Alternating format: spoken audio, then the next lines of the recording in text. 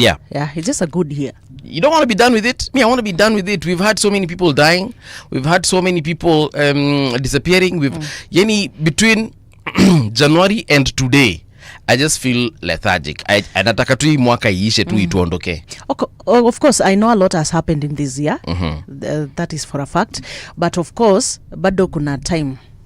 Kuna time for good things, yes, for better things to happen. Welcome to the People's Breakfast, 88.8 in Nairobi. rgk.co.ke is where we are internationally recognized. You can also find us on YouTube at Radio Generation Kenya. That's our channel.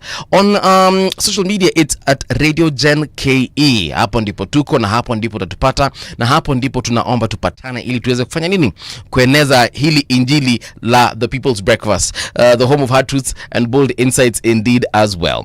It's time for us to do that thing we usually do every single morning, where we start off with a day we celebrate before we get onto a train that will take us to God knows where. So what are we celebrating today? Well, today is a World Plant Milk Day. World Plant Milk Day. Yes. Okay. Yeah, and of course, this is a global initiative to promote plant-based milk alternatives, e.g. milk from oats. Yeah. And this is, of course, meant for environmental conservation and also for ethical and health reasons. There's almond milk. Yes. There's coconut milk. Yes. Let me coconut milk, I don't think it serves the same purpose like the normal milk from the dairy. Umesema milk. Saa tuende na hiyo story. No. Listen, Patricia. Umesema milk. Yes, I said milk. Tuendelee hivyo venye tulikuwa tumeanza. Tuendelea venye unaendelea. However, in all honesty, I don't think any of those milks, the milks that we've mentioned, can do what dairy milk does. For instance, can you make coffee, white coffee, with almond milk? Well, I do not know. Can you make tea with oat milk? Because first of all, I've never consumed such kind of milk before. So it's only that I'm just wondering that we have to celebrate such kind of a day. No, it's okay. I mean, if we can celebrate mosquitoes, we might as well celebrate non-dairy milk. Just for alternative purpose. Yeah, and of course, if you look at the milk that we consume from the dairy, from the cows, from the camels, kuna some benefits that the plant milk, of course, will surpass this kind of milk that we usually consume every day. Yes. And there's this fact that it is easily digestible. What, the plant-based? Yes. Okay. Yeah, because they're saying that dairy milk is hard on the majority of people's digestive systems, but plant milks are usually not. Yeah. Listen, guys, and I want to make it very clear. I hope all of you are listening. If you're doing whatever you're doing, stop it. Ulikuwa kwa shower, zima maji unisikize vizuri sasa. Ulikuwa unaendesha gari, egesha, weka hapo kando. Kuna kitu nataka niwaambie. Human beings have been created, made, or spontaneously appeared to digest both plants and animals. Sawa. Hii story ya sijui what is hard to digest or harder on human beings, I don't buy it. No, but it happens. Can I finish, Patricia? Okay. Your body, and I don't want to get into the details, but your body has got something called basic metabolism. Okay, then it also has got a complex metabolism. Yes. Basic metabolism ni ile yenye unaweza pata kwa fungus, unaweza pata kwa bacteria, unaweza ipata kwa protozoa, unaweza ipata kwa binadamu, unaweza ipata kwa plants. Sawa sawa. Then there's a complex one. We actually can digest almost anything and everything, including stones. Sawa. I'm not saying that now you go eat stones, but I'm just saying that we can digest a lot. Specifically, we are omnivorous, meaning that we can do both meat and plants. Yes, true. So yes, there can be an instance where someone is allergic to dairy milk, whether camel, goat, or cow. But the majority of us, the vast majority, we were designed, human beings were designed by the Creator to eat both plants and animals and other things. So are you just coming out that strongly just to defend my position? as I did not someone say who that, takes milk. I did not say that people should not take cow milk. Yes. Yeah, camel milk, goat milk, sheep milk. I did not say that. What I said is that there is an alternative to this kind of milk, which is milk from the plants. Yes. And the reason why they are saying it is a better alternative also, it's because it is easily digestible. Then there's this aspect of calcium, that in addition to having more calcium than dairy milk and being lower in sugar, kuna other benefits like healthy fats that plant milks offer a healthy balance of monounsaturated and polyunsaturated fats. We were created and designed to eat all those things, monosaturated, polysaturated, whatever, disaturated, zote. Let me talk to the section of people. Tuliumbwa tukule hizo vitu zote. But of course there are sometimes, due to either your medical condition or your maybe age, the doctor can prescribe that, look, say mali yuko, you can't digest certain kinds of foods, so avoid them. There are alternatives that are actually equally as good or even better, healthier, as we like to say. Sawa sawa. My point was, unless umeambiwa specifically na daktari that Patricia usikunywe maziwa ya ng'ombe, wewe kula kila kitu, bwana kula. Hapa si tuliambiwa na cancer patient wenye tulihost last week, yes, eat hata hii nyama iko na mafuta. Naona watu wakienda kwa, na sisemi hivyo juu nimenona, lakini naonanga watu naonanga watu wakienda kwa butchery ati hiyo mafuta ni mingi sana. I mean, surely. So the doctor told you to eat fatty foods? No. I wasn't as much told as possible. No. I wasn't told to eat fat. And I'm not advocating for people to eat fatty foods. Yes. But do you know animal fat is actually better than vegetable oil and seed oil? Yes. I know this might come as a shocker to a lot of people right now, but animal fat is actually healthier than sunflower oil or flour oil. It is healthier than seed oil. It is healthier than even vegetable oil. I don't want to get into that, but now for the section of people who would want to have an alternative to the dairy milk that they usually consume every day. Yes. There you have plant milk. Sawa. And it is their day today. Tumewa celebrate watu wa plant-based milk. Lakini kwa wale binadamu halisi, the authentic human beings, eat everything bwana. Kwanza leo ni Friday, nyama choma endo jibambe nayo. Okay. Now the RGK train taking us to this one Plato, who is an ancient Greek philosopher and a student of the Socrates, who said the part can never be well unless the whole is well. Come again? The part can never be well unless the whole is well. So kapat kamoja kazi kakua sawa kama the whole thing is not well. That is what he meant. Yes. I agree with him. Yeah. How do you see it? Lakini I wish it was the reverse. Like if a small part is not well, you can't say the whole thing is well, because naweza kuwa na kuona hivi uko mzima uko sawa, but maybe you have a broken arm or leg, or you're having a headache, or you're having a tummy ache. So I can't say that you're well if that finger is not okay. You get? Yeah. For me, I would prefer the reverse. Okay, that is your preparation. But now, this one, that is your preference. Sorry. So, but this one also said, I can look at it from the perspective of, let's say, the issues of health. Yes. Yeah. You know, your whole body cannot function well if there is a part that is not working well. True. That's also true. Yes. And again, also this aspect of you, one person, feeling that you cannot when like this country, our country, what has been happening, corruption and so forth, I'm telling you, you cannot be well as Mungala, as an individual, as a Kenyan citizen, yes, if your country is not well. If there is no peace in your country, you will also not have peace. If the economy of the country is not doing well, you as a person, you will feel it at home. Even the small child that you have at home, they will feel it. True. Yeah. So it's just the aspect of making the whole pattern well. Yes. I agree. Some of these arguments, or not even arguments, some of these statements are usually very philosophical, because everyone has got their own way of describing it. True. Or Yeah, actually, it's more or less description. So big shout out to everyone who's tuned in this particular hour, because we are about to give you the top stories of the day. Actually, the stories that have been making news headlines in the last couple of hours. So that means if you've just woken up and maybe jana ulienda ukalala at around 6 uli bleki for whatever reason, and you're wondering what happened in Kenya in the last, or in the world, the last couple of hours, don't worry, we got you. And all you have to do is log on to rgk.co.ke. We might not be able to tell you everything, but you will definitely get every single news story in there, from Ishungwa to Gachagua to Ruto to Raila to Chan to whatever. You will find it all on rgk.co.ke, and you also get to see us live on that particular platform, as much as you will see us on our YouTube channel, that is Radio Generation Kenya, as much as you will see us also live on our X handle, that is at Radio Gen KE. So do we start? Of course, let us start.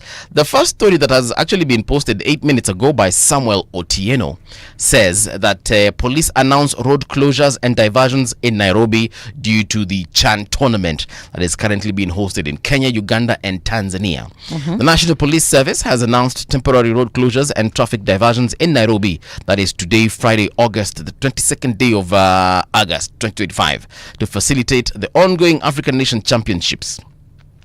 In a statement, police said motorists from Nairobi's Central Business District heading to Thika Road towards Ruiru, Juja and Thika should use Kiambu Road at exit 4, adding that there will be a roadblock at Muthaiga.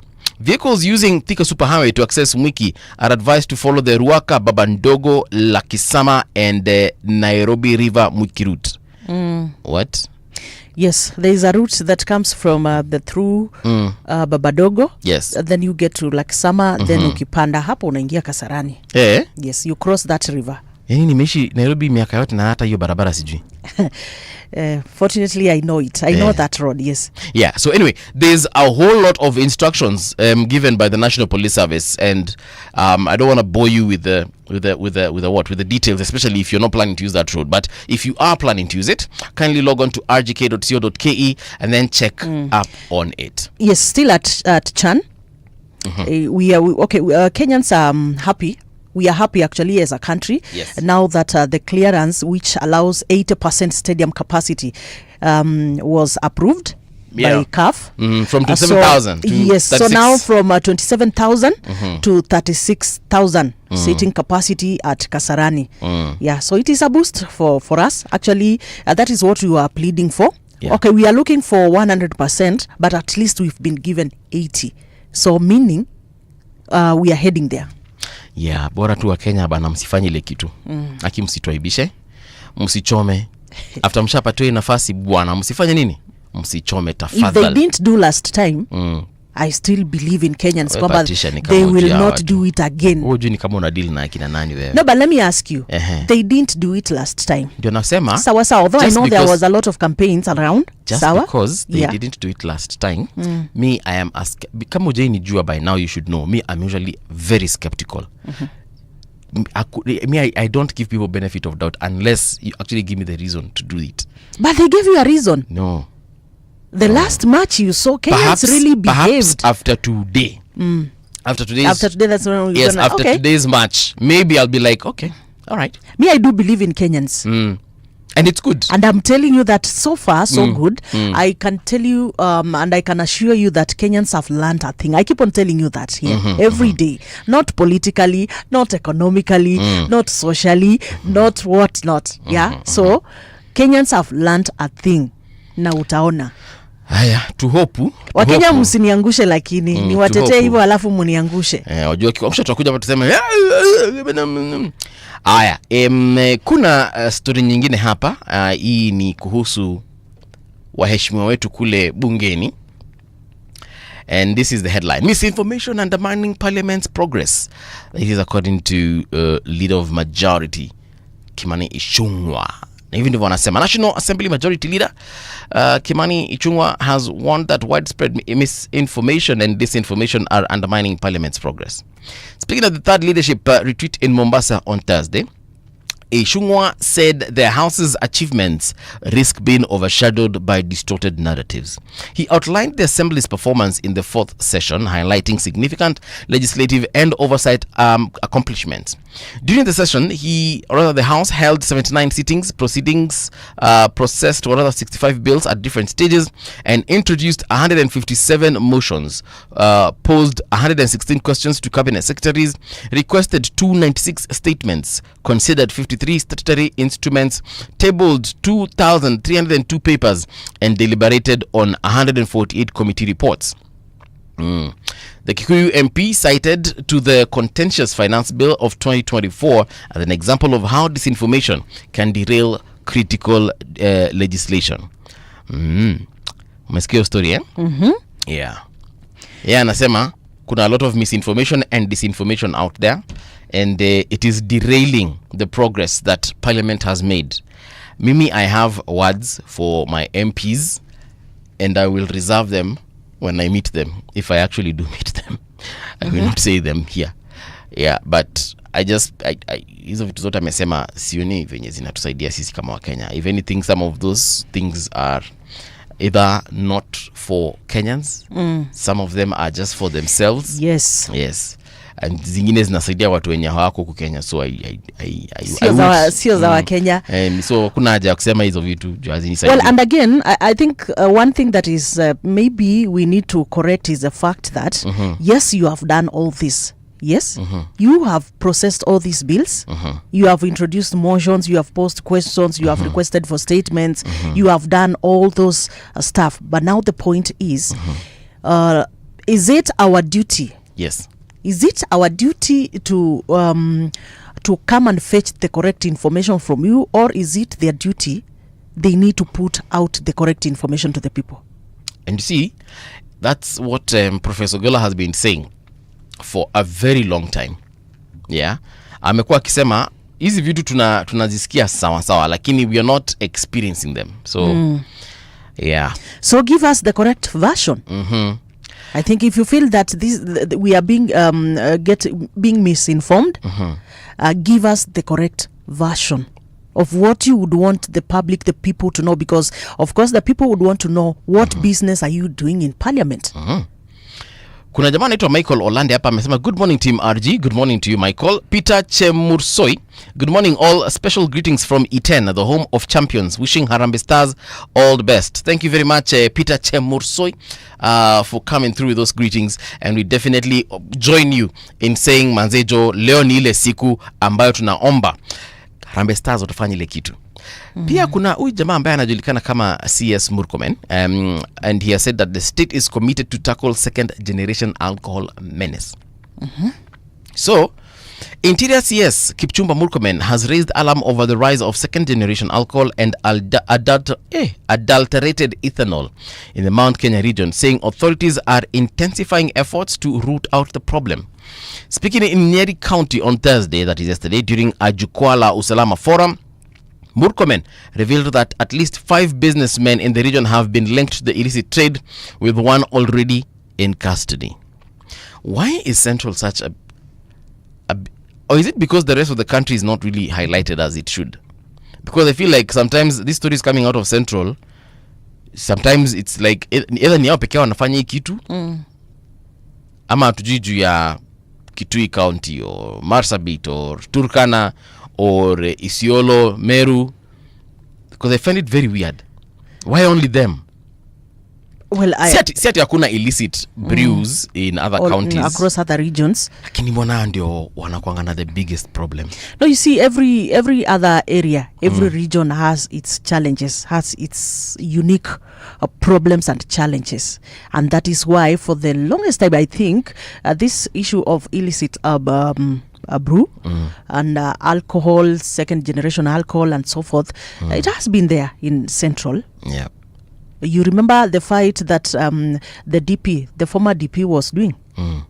Unakumbuka Kieko ahead of fighting that the issue of alcohol in Central Kenya. So it is just it's just something, you know, if it is something that started long time ago, and something that has been passed through generations, so you realize that it is a fight that needs all of us to focus on, so that you can be able to eliminate it or even reduce it to the minimal.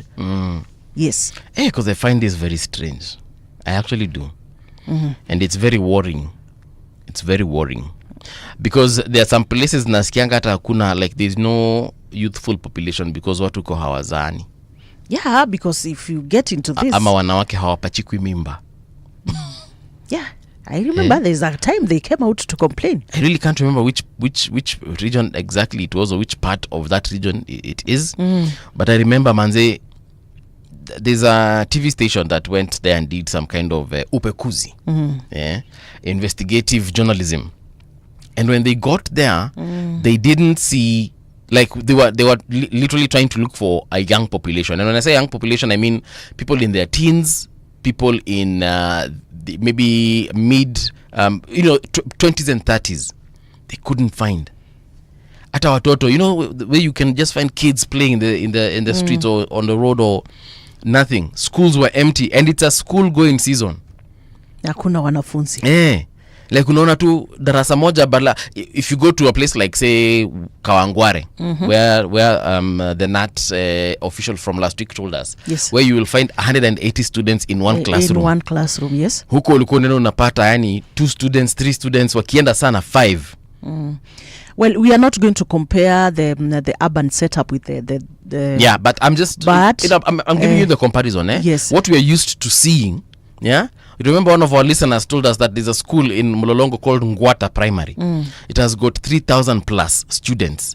That's a lot. When you visualize that as a resident of say Mlolongo, and then you're told there's a place whereby a similar capacity in terms of school, a government school has less than 100 students. Yes, from class 1 to class 8. Yeah, so ukisha visualize 3,000, then you're thinking of 100.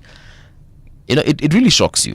Well, that has been a menace in that area. And I've told you, remember there's a time women came out from that region. Yeah. And they really complained because those men, when they go to those dens, they're there, they get drunk the whole day. Somebody wakes up in the morning, they are already addicted. So you wake up in the morning, very early in the morning.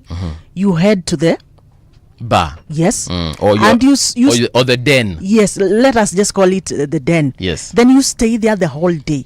You remember you have some duties, you have some responsibilities at home. So if you're not able to do the responsibilities, and again you cannot even take care of your family. Yeah. Because you spend all your time there. You get addicted. There's a need for government to actually look at the legislation around alcoholism in this country, and especially in such areas. But at the end of the day, the legislation will be a blanket one. So let's be honest. We need to look at how perhaps we can incorporate some of these cultures that we have in Kenya, legislate them well, not just increasing prices. I mean, that can be part of it. Mi sema ati wasiongeze pesa ya pombe, lakini pia waangalie how to balance. Just to balance, manage the situation. Yes. And I like the fact that when we were with someone from Nakada here 2 weeks ago, they said that they're in the process of licensing local brewers. The makers of Changa, the makers of Moratina, the makers of Busa. Karobo. Yes. And all those. So perhaps if we do that, we might be heading somewhere and stop, number 1, the illicit brews. And then number 2, watu waache kukunywa pombe huko mali wamejificha, because that actually sometimes leads to addiction. Yes. Okay, leads to addiction, and again the process of even preparing the preparation of that brew, sometimes you realize that because it is hidden, they will not even consider the requirements, what you're supposed to put into consideration when you're processing this kind of alcohol. Because if you look at some of the big brands, by the way, that we consume here in the country, majority of them are coming from places like the US, UK. To be specific, when we go to the UK, places like Scotland, we have like the Irish whiskies and so on and so forth. In the US, we have bourbon. And if you actually look at where those pombes zinatengenezwa, imagine zinatengenezwa ushago za hizo places. Yes. Ushago za US, ushago za Scotland, ushago za Ireland, ushago za Wales, ushago za whatever. So, and they found, for them, they have been doing this for centuries. they found a way of regulating it and ensuring that number one, it's been produced safely, securely, and it is being produced somewhere that the environment will not be affected.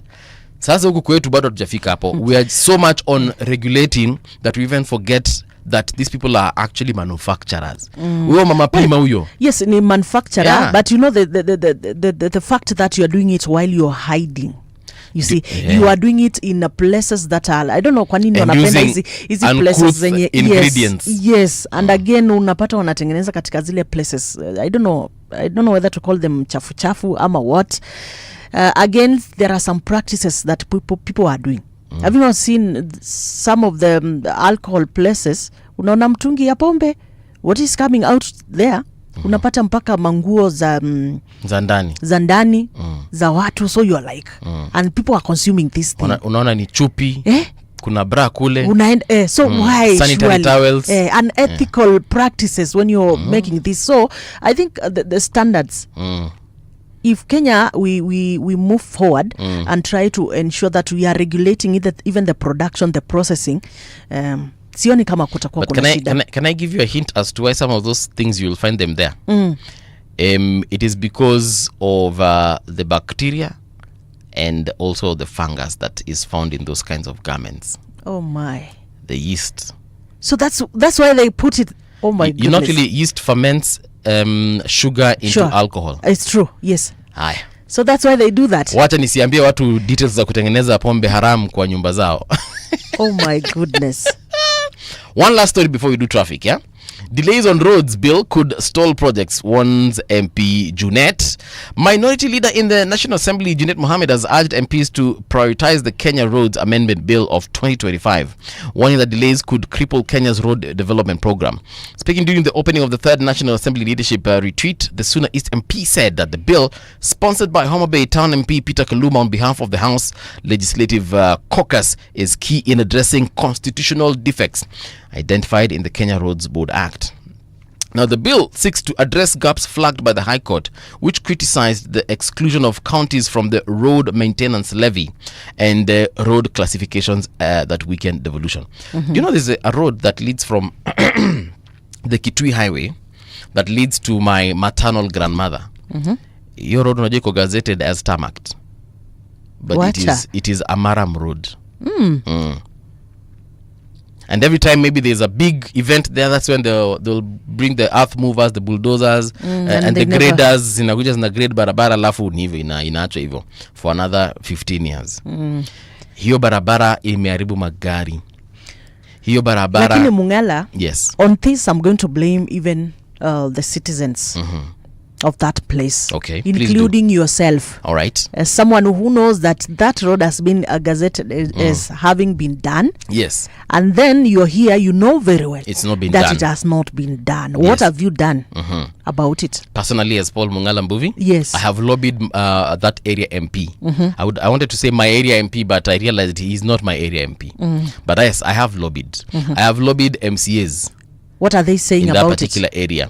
They ignore. They ignore. And the only time utawapata ni wakienda kwa mazishi. I mean, I'm not about to go to every mazishi every weekend to find my MP or the MCA. Yes. Because there's a problem. You know, you start with the citizens. The citizens, they need, if you have seen that a road has been gazetted as it has been done, what is your responsibility as a citizen? So that now you can hold these leaders responsible. I have a better idea. And then push for it to be done. I have a better idea.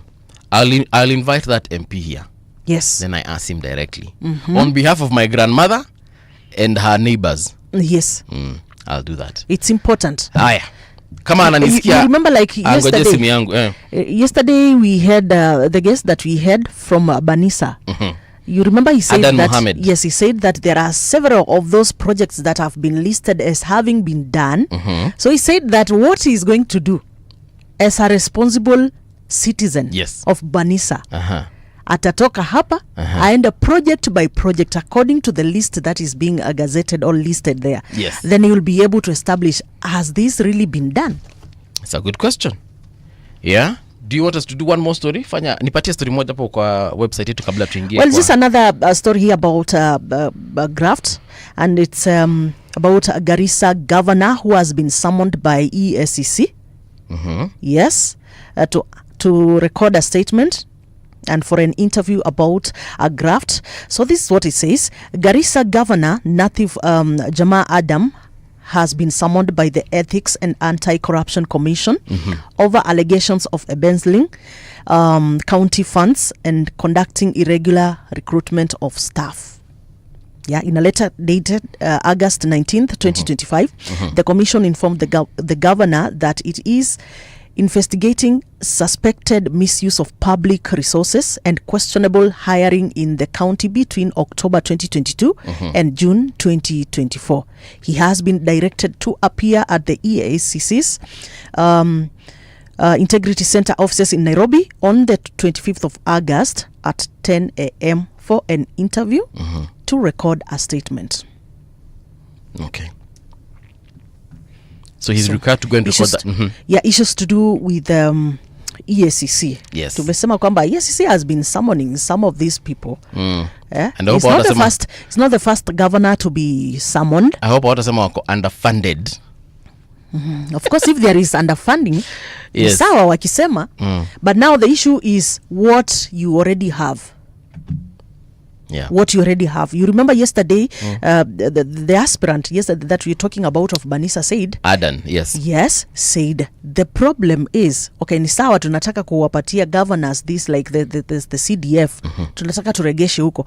And he said there is a lot that has not been accounted for by the governors. Yeah.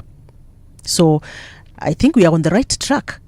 We're always on the right track as long as... But we never reach where we are going. Yeah, but as long as the institutions do what they're supposed to. Anyway, let's do traffic, then we get into the newspapers and see what's making headlines on that particular front. The views and opinions expressed on this program are those of the guests and do not necessarily reflect the views of Radio Generation. Radio Generation assumes no responsibility or liability for the interviewee's views. This is Radio Generation. All right, so let's check out what's happening on the roads of Nairobi or the roads of Mombasa. Kuna hii barabara ambayo inajulikana kama Lang'ata Road. Sasa iko sawa sawa, haina shida yoyote. Kuna pia Mombasa Road, kama unatoka sehemu za Kitengela unapita ukienda Nairobi, pia wewe uko sawa. Hakuna mahali popote utapatana na shida wakati huu, lakini maybe mambo yatabadilika kwa lisa lingine lijalo. Alafu tukiangalia barabara inajulikana kama Thika Super Highway, hii barabara kidogo inakuanga ni kama ilirogwa, lakini tushaikubali ilivyo. Kutoka Pangani nasikia tukisema Kasnala hapa kameanza kutokezea, but it is moving nonetheless. Patisha? Actually inaanzia pale Muthaiga. Yes. Hapo ndipo shida iko. Ndio traffic inaanzia hapo. Again tukija Jogoo Road, things are quite okay.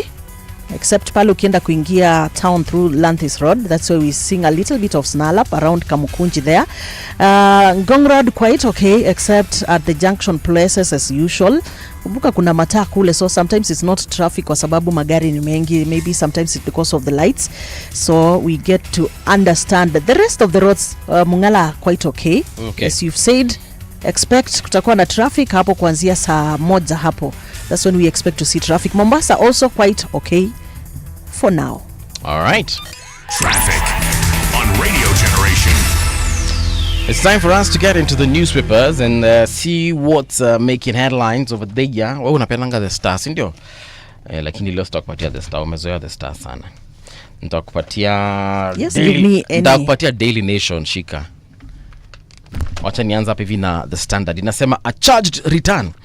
It's a tough welcome. His allies feared police would whisk him away at the airport. Instead, chaos trailed Rigathi Gachagwa's convoy as hired goons lay in wait on Mombasa Road, pummeling cars with stones, robbing motorists, injuring supporters and leaving journalists bloodied. What was billed as a triumphant return turned into a running battle for tear gas, or rather of tear gas, knives and shattered glass. Yesterday, I was heading home and I usually pass past JKIA. Nikienda mtaani. And let me tell you, niliona watu wamejazana kwa barabara na in advance nikaanza tu kusympathize na wale watu wataenda kumpokea Rigathi Gachagua. because I could already tell that this was going to be dramatic and chaotic. The number of matatus that were just ferrying people into what is it called, the airport. The number of police I saw also lining up towards the entry of the airport from those armored vehicles. Zile za tear gas, zile za tear water, niite tear water nilisijua tu hapa ile drama itakuwa. Alafu at one point expressway ilifungwa, you know, because now they were saying this one is going to be tough. But anyway, Rigathi Gachagua did come, and whether hired goons were sent to him or he also hired his own people, I can assure you, this man made a statement yesterday, and that is a fact. We will not be able to take that away from him even in 100 years. Yes. Okay, he made it. Okay, you know, he said that he cut his a 2-month US tour just to come and lead the by-election campaigns. So yesterday, yes, he made a statement. We are also looking forward to see what statement he'll be making. Yes. After the during the by-elections, the results of the by-elections. Now, he's definitely, like even Adan Mohammed yesterday told us. He said that, look, the fact that Rigathi has returned, and the fact that, you know, he's going to be making rounds to those places where members of DCP are asking for votes. Yes, it's going to be a big deal. I can assure you, he wasn't joking when he said that, because yesterday we saw it in black and white. We saw it. We saw it in black and white. Whatever he wants to do, someone else will want to outdo him, whether it's the government, whether it's opponents, whether it's whoever. And it's going to be good for the people of those particular places. For now, it was sad to see journalists yesterday being pelted with stones. Me, what I will ask is, why would anyone attack journalists? They are literally documenting. Theirs is to take notes. Yeah. Actually, people... They are not for or against anyone. Yes, people... Yeah, that's the statement that I wanted to put across. That when you see a journalist, we are not taking any sides. We are neither on Gachagua's side, neither on the president's side. Ours is just to come and report things as they are, as they occur. And then the funny thing is, I actually had a thought after all that. Nikasema, ama maybe hawako wanataka hata journalists wa document chochote. Whoever it is that was beating up the journalists, because some journalists were seriously injured. Of course, it is not something. It's not something new. About trying to hinder journalists from getting information and reporting to the public. It's not something that is new. You saw what happened even during the Mandamano, the protest period. Yes. You saw what was happening. So we don't know who doesn't want us to report what. Yeah? We are not sure who doesn't want us to report what to the public. Haya, nikiangalia hapa the Star newspaper mbele inasema how Gachagua political show was scuttled. The whole story is on page 6, but yes, you can see here former DP rather, Rigathi Gachagua, kuna mtu anamshika mashati hapa kwa front page of the Star. And then wanasema hivyo kwa captions, back from America, democracy for the citizens party leader Rigathi Gachagua when he arrived at Jomo Kenyatta International Airport in Nairobi yesterday. You can clearly see someone, kuna mtu anamshika mashati mpaka yako zile za my friend, A Journey of Hope, story of Kilifi, Regine Vora and Revital to the world. That story is on page 2. One morning, Regine Vora received unusual visitors. A group of women approached him, their faces etched with worry. They came to complain about their husbands who mysteriously vanished every month when payday arrived. They go for days and only return when their money is finished. One woman lamented. Vora listened intently, his heart heavy with empathy. This encounter ignited a fire within him, prompting a decision that would change the course of many lives. Nikuulize aje, nani hawa wanapoteanga end month wakishalipo mshahara? Na wanapoteanga kwa sababu gani? Why do you have a family if you're not going to take care of that family? No, like on a serious note, why would you go ahead, have a girlfriend, make her your wife, Start a family. Start a family with her. Yes. Get her pregnant, and yet ways to stop that pregnancy from occurring, but you still go ahead and ignore, get her pregnant. Then once now you get her pregnant, you start becoming that person that we are reading here in the papers about. I would say sometimes it is immaturity and being someone who is irresponsible. Yeah. Just immaturity. But okay, let me tell you something. Right now, when you're working, yes, and you have a small family, you have a wife and children. Right now, the power belongs to you, by the way. As the husband, as the head of the house. You are the one, the power is on you. Wait until now this family grows. Yes. That's when you'll be looking back and you're like, oh, you start feeling guilty of the things that you used to do when you had that power on you. Yes. Because power shifts as the family continues to grow. Yes. Anyway, you can read that entire story on page 2 of the Star. Bleak outlook for jobless youths as Ruto's team extends recruitment ban. That story is on page 8. How Kenya Kwanza and ODM joint PG meeting backfired on Ruto and Raila. This is on page 4 of Politics. You can check it out. Natembea and battle for Western political soul. History ya Natembea inanikumbusha jamaa mwingine pia alikuja hivyo. Anajulikana kama Dr. Alfred Mutua. Sijui kama unamjua. I know him. Unamjua? Namjua. It has got everything in terms of the markings and the lookalikes of that particular situation. This is how Maendeleo Chap was born. Na naona Natembea anataka kufanya hivyo na Eugene Wamalwa. Okay. Fresh test for Ruto as MPs plot rebellion against graft allegations. So now here is a story on page 4 and 5. President William Ruto faces the biggest test of his presidency, particularly on issues requiring parliamentary approval, as lawmakers vow to mount a rebellion against his blanket corruption allegations. The president's recent accusations and his subsequent establishment of a multi-agency anti-graft team, which the High Court swiftly suspended, have ignited fury across the political divide. An MP speaking in confidence captured the resentment, saying that the first signs of the bigger battle to come were evident on Wednesday. Haya. And again, still on the story of graft allegations in the House, in the Parliament.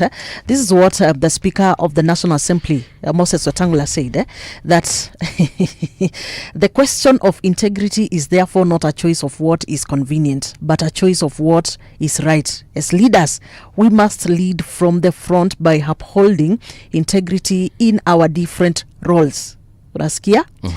He added that as we are accused of integrity issues, we should ask ourselves if we are exercising our roles, demonstrating objectivity and impartiality in decision making, and ensuring that decisions are not influenced by nepotism, and other improper motives or corrupt practices.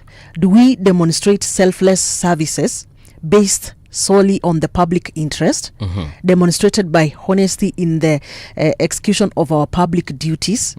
You get. So, and Mr. Mohammed said, everyone is entitled to their opinion, but the challenge is proving what they say. That he was just responding to what the president said. That is Junet Mohammed. He said, bribery allegations should be proven. So we are challenging those supporting those narratives to bring evidence to the House for the leadership to take action. Again, if you're going to call someone a thief, please, you just say what they stole, where they stole it, you have who the they stole duty it from. to prove. And we're not saying that they are not. We're just saying that we know things happen. But I want to ask you people, are you daring the president to come out and point, you and you and you and you received this amount of money in terms of bribery? We're not daring the president. We are asking him to do the right thing. It's got nothing to do with daring. No, I'm saying You see, now. daring is asking you to do something that is unusual, maybe something that you shouldn't do. Well, I think for the MPs, for the leaders who are being accused, it's like they are daring the president. No. Come out. For us Kenyans, Yeah. we are asking the president to do the right thing. No, it's not daring because look, again, and I say it's not daring. I just insist they're asking him to do Prove. Yes, Support to do your actually statement. the very usual thing. Support your evidence. I mean, support your statement. Give us the evidence. You see, daring is when I tell you, go slap Edna, our producer. Now that's daring you. Okay, you know why? Okay, why I viewed it like it's But if daring. I ask you to go and ask Edna why she has done what she has done, then that is, I'm literally asking you to do the right thing, like clear the air, get it out of the way. So the MPs are asking the president, and especially if they are innocent as they are claiming to be, then they are literally saying, president, tusaidie tujisafishe cause umetuita wezi. Tusafishe we sema mimi najua sikuiba. So kuja useme nani aliiba ndio watu wacha kuniangalia vibaya. Unakumbuka kuna ma MP walienda parliament juzi wakasema, look, mimi bibi yangu anasema niko na 10 million. Where is it? Iko wapi? Anajua mshahara yangu, anajua zile bills tuko nazo, anajua zile loans tuko nazo. Sasa anashangaa hii 10 million nilipatiwa nilipeleka wapi? Yeah, so they're literally just asking the president. The reason why I'm looking it as daring him as a dare is because he has come out, said that you have done this and this, and he knows, because he said that he consumes what? Raw intelligence. Yes. So if he does so, that means he has proof. And again, not coming out and spilling the beans and saying that so and so I saw you, so and so I saw you. It's like he was just giving them another chance, giving them a chance to change. That's why he did not. So when you continue insisting and telling us, give us the evidence, that's why I'm looking it as a dare. Yes. Lawyer Willis Otieno yesterday here told us that, look, mi nikamwambia hii nile play tulikuwa tunadhani ni play ama akasema no, this thing is real. Akasema that initially you could bribe MPs with probably some 5,000 bob, and I'm just using his words. Yes. Me again, I'll say like City does. This is anecdotal. I do not have a modicum of evidence. And he came out, that is now Willis, the lawyer. He said that kitambo barebata ya 5,000 ingefanya kazi. Bribe ya 10,000 ingefanya kazi. And in some critical situations maybe 50,000 would make the cut. But now he is saying that, my friend, these people are asking millions. They're asking for millions in terms of bribery. If it's a committee, for example, a committee of let's say 15 members, they say, look, my friend, hapa kila mtu anataka kula milioni 2 na chairman wa hiyo committee maybe umpatie 3 ama 5 ndio to consider hii kitu yako unataka kuleta parliament. Now you tell me, if you'd have to bribe a committee upwards of 50 million. That's a lot. It's a lot. And that's why even the president was asking them, where do you want somebody to get all these 100 million from? Now, let me tell you where they get that 100 million from. Just the other day, the Auditor General flagged some 785 million, I think, kule Marsabit. Akasema governor na bibi yake, kuna mahali 700 million plus imepotea. You know what? Let's even round it off to the nearest 100. 800 million. Because 785 nile yani anaona hivi. Kuna ingine tu imepotea na upepo. So wewe hebu niambie umekuja kwa committee parliament. Na unataka tukusafishie hizo makaratasi zako. Na tunajua for a fact ulipotea na 800 800 million. So we take a percentage of the 800 million. Ona mpaka na salivate jiyo pesa. Taking a percentage, nakwambia bana, for us to do this, yes, 30% of the money that you are accused. Yes. We'll have to come to this committee. Now, if we go with your amount, 30% of 800 million is 240 million. Wow. Kuna watu tu wameketi mahali pesa kama hiyo inakuja tu wanangojea tu 40 million. Hapo mimi kama chairman nawaambia kwanza hiyo 40 ni yangu. Hii 200 mgawane. As the chairman of this committee, 40 ni yako. 40 ni yangu. Hii 200 mgawane venye mtagawana hapa. Hata si 40, you are saying 50 because unasema kwamba unajua lazima niongee huko juu. Huko juu unajua lazima niongee. Nasema si unajua tu lazima nione nani. So 40. Usemi jina unasemanga juu. Si mnajua tu lazima kuna mahali nitaenda kuongea. So hiyo, and that is why you will see MPs going to this fundraisers and harambes. And mtu anatoa tu 5 million tu pap inapeana na unajiuliza surely am I in the same country with this person, and this is just an MP. 5 million clean pap. Huyu mtu mlimpatia kiti juzi ama at least amekuwa in parliament maybe 2 terms, but someone is giving away and that is in one function. He will probably by the end of the month he will do probably 3 to 4 other functions. If each function is giving away 5M on average, in a month this guy has given out 20 million, and you're wondering where is this guy anatoa do wapi? Alafu nasikia but you know he's a business person. Sijui he which business is he doing that I am not, as Paul Mungala Mbuvi. Yeah, people were asking what business is that you are doing, while other people are closing shop, closing a business down. Yes. No profits. Kumekauka. But yours is always making profits. You come from the same ushago as your MP. You live in the same ushago as your MP. Huyu jamaa mnamwonanga maybe once in a blue moon, lakini the moment anakujanga huku kwa harambee za kanisa, jamaa anatoa tu a clean 5. Do you know even if unatoa sadaka, my friend, sadaka sina kwanga 10% of your no, sadaka you can do anything. Tithe is 10%. Okay. Yes. Even if it's tithing 5%, I mean sorry 10%, that means in that month you made 50 million. Who in this country right now, and I'm talking about an individual, not a company, an individual is making 50 million? But an individual can also be the owner, Patricia, of a company, a big company. Anyway, for 10 seconds just okay, sawa. Come down to earth and let's just sawa. Yes, sawa. Watch these stories that an individual can be the company and me I'm just talking which individual saizi mtu mmoja hivi peke yake. And even when we talk about companies, very few companies will make 50 million. Bro, you need to go and sit down with businessmen. I'm saying businessmen in quotes. You need to go and sit down and they tell you how much they make every day, not even monthly. Every day. Well, on the daily newspaper, of course, the biggest story is about the return of Gachagua, which is being termed as chaotic because of what we witnessed yesterday, what happened. There is a story of interest here, and this story is about SHA, whereby SHA wires 20 million to a healthy center abandoned 10 years ago. Wacha sasa niendelee kukuweka wazimu.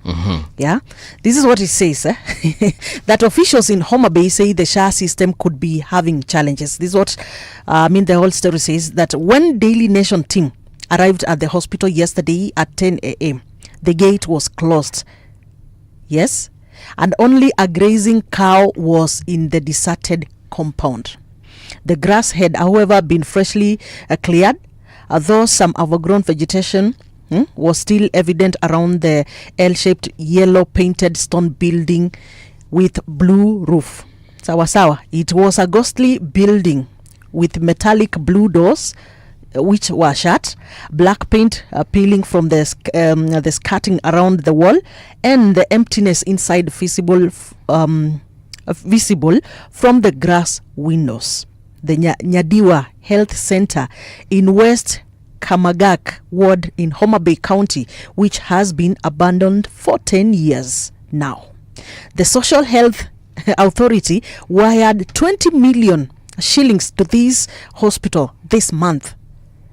On paper, Nyadiwa Health Center treated patients and submitted claims to the authority for reimbursement. Apart from this substantial disbursement, SHA allocated 10,080 to the health center. The Ministry of Health still lists as operational. Bro, yeah, hii ni hospitali. ambayo iliacha kufanya kazi 10 years ago. Naam. We are talking of 10 years ago. Ndio sasa. But in the list in the records walipatiwa 19,995,000 something. Yes, inaonyeshana kwamba hospitali is okay, if you round of this like you like doing it's 20 million. Let's go with 20 million. Yes. So this 20 million umepea hospitali ambayo ilifungwa 10 years ago ambayo inasema mpaka sasa they are treating people and they are requesting for reimbursement. Yeah. So when cornered mnasema kwamba system pengine iko na shida. Yeah.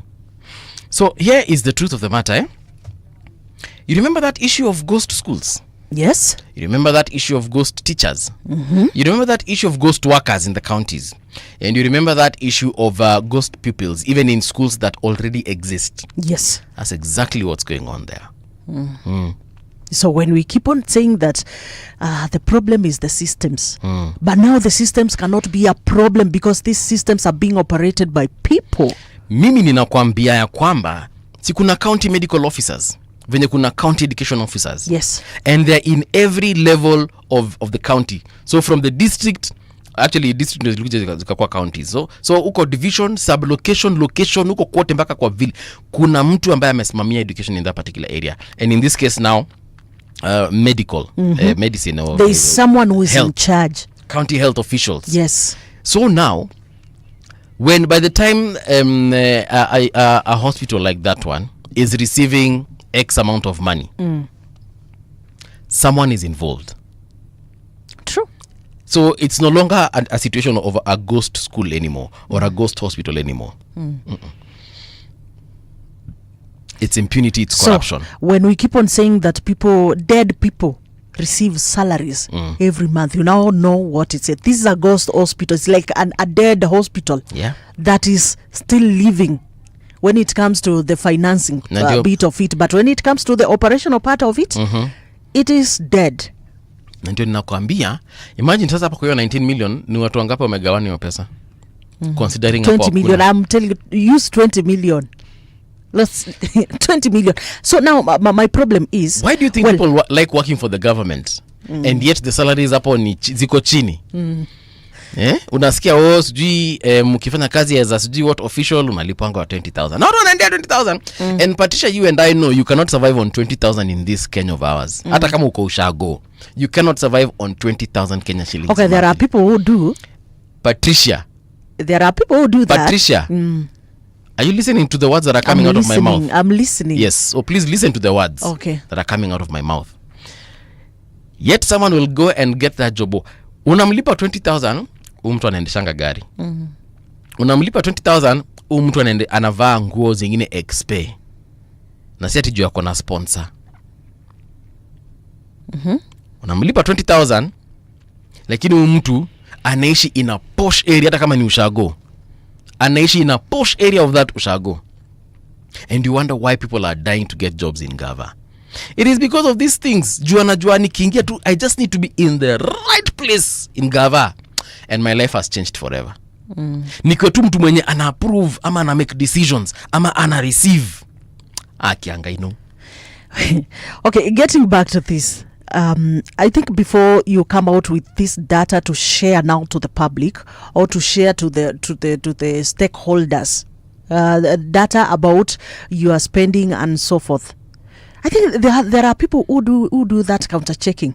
You mean waliangalia wote hivi wanapea mpaka hospitali yenye ifanye kazi? Alafu mnasema kwamba this is an error, this is a system challenge and so forth. Kama hangekuwa highlighted by the whistleblower that blew that whistle, tungeijua. Me actually, I want a situation whereby we can be told this never came to light, but we actually found out this ghost school and money was returned, or we found this ghost hospital and money was returned, or we found this ghost worker, he was arrested ama she was arrested and the money was recovered and this and this. Mimi nataka kuona an instance that never came to light. And kwanza wanasema apart from this substantial disbursement, meaning ni pesa ilishatoka. Of course, hiyo pesa ilishatoka. Ni pesa ilishatoka. So wakati ilitoka mlienda kupea nani? Na unajua pesa ikishatoka irudingi? Pesa ikishatoka haitarudi. Mkaange mkijua. Anyway, it's time for us to get into the news with Winnie Maganga. Keep it locked rather to Radio Generation. We shall be back in the next hour with more of these conversations and of course looking at some of your feedback. Remember, you can find us on YouTube at Radio Generation Kenya. You can also find us on Facebook, that is at Radio Generation Kenya. On Twitter, on Instagram, and on TikTok, we are also at Radio Gen KE. Stream us live, watch us live, listen to us on 88.8 FM in Nairobi. Right now, though, let's get into the news. He's got your jam all day. Radio Generation, the home of urban soul. Radio Generation, the sound is fine. Pump it up, turn it high all the time. Let the music move you, let's sway. Radio G's got your jam all day. Radio Generation, the home of urban soul.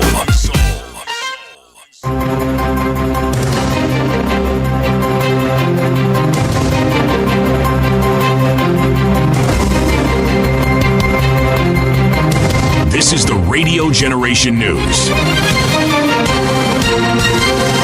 Good morning, I'm Winnie Maganga. Detectives have exhumed 5 bodies from 6 graves in Kwabinzaro village in Kilifi County on the first day of renewed exhumation exercise linked to suspected mass graves in the area. Government pathologist Dr. Richard Njoroge confirmed the recovery of the bodies on Thursday. He said that the operation followed days of planning and coordination between security and forensic teams. The pathologist added that out of the 6 graves, they found 5 bodies and 10 different body parts scattered in different places. Of the 6 graves, we found 5 bodies, and then also around that area, we found 10 different scattered body parts, scattered in different places on the surface. So we are remaining with 21 graves for which the exercise will continue from tomorrow until we finish the exercise. Now, we expect also to find more graves because we have not exhausted the search because the area is very, very vast. So we expect more bodies. The National Police Service has announced temporary road closure and traffic diversions in Nairobi on Friday, August 22nd, 2025, to facilitate the ongoing African Nations Championship. In a statement, police said motorists from Nairobi's Central Business District heading to Thika Road towards Ruiru, Juja and Thika should use Kiambu Road at Exit 4, adding that there will be roadblock at Muthaiga. Vehicles using Thika Superhighway to access Mwiki are advised to follow the Ruaka Babadogo Lucky Sama Nairobi River Mwiki route. National Assembly Speaker Moses Wetangula has urged members of parliament to safeguard the integrity of the House amid growing allegations of bribery and unethical conduct. Speaking during the opening of the 3rd leadership retreat of the 13th Parliament in Mombasa, Wetangula warned that the recent claims of legislators soliciting inducements to influence legislation have cast doubt on Parliament's credibility. The Speaker also called on MPs to avoid absenteeism from National Assembly sessions. We always tell our own children that to do good and to do right, you don't have to do it because you are being watched. You do it because it's important to do it anyway. So wherever we are, we must act responsibly, whether we are being oversighted or not, because that is a cardinal duty in human life. Let's avoid the temptation to give the public fodder to think that we don't work. Because every time the bell rings until it goes off and we go away, the media has a field day. You don't work, you don't care, you're lazy, I don't know what, all sorts of things they say.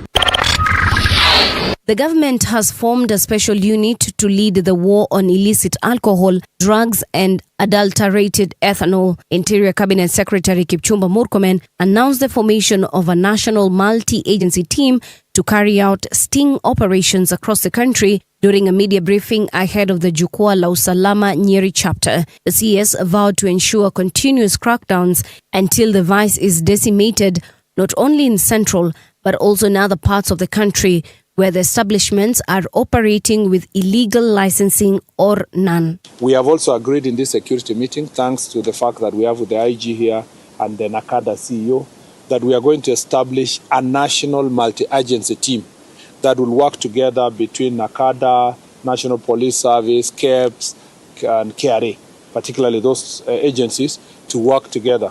For those who are expecting me to have a formal appointment for them, it will not happen. So you will not get an opportunity to do a court order. But we will work together in a multi-agency team. At least 5 people have been killed and dozens injured after a car bomb exploded on a busy street in the western city of Cali in Colombia, according to authorities. The blast targeted the Marco Fidel Suarez Military Aviation School in the city's north, and initial reports indicate 36 people were injured, police said. Alejandro Ede, the mayor of Cali, condemned the attack and offered a reward for information on those responsible. Early on Thursday, a separate attack against a police helicopter killed at least 12 people in the northern western city of Medellin. And that's the truth on Radio Generation. Good morning, I'm Winnie Maganga.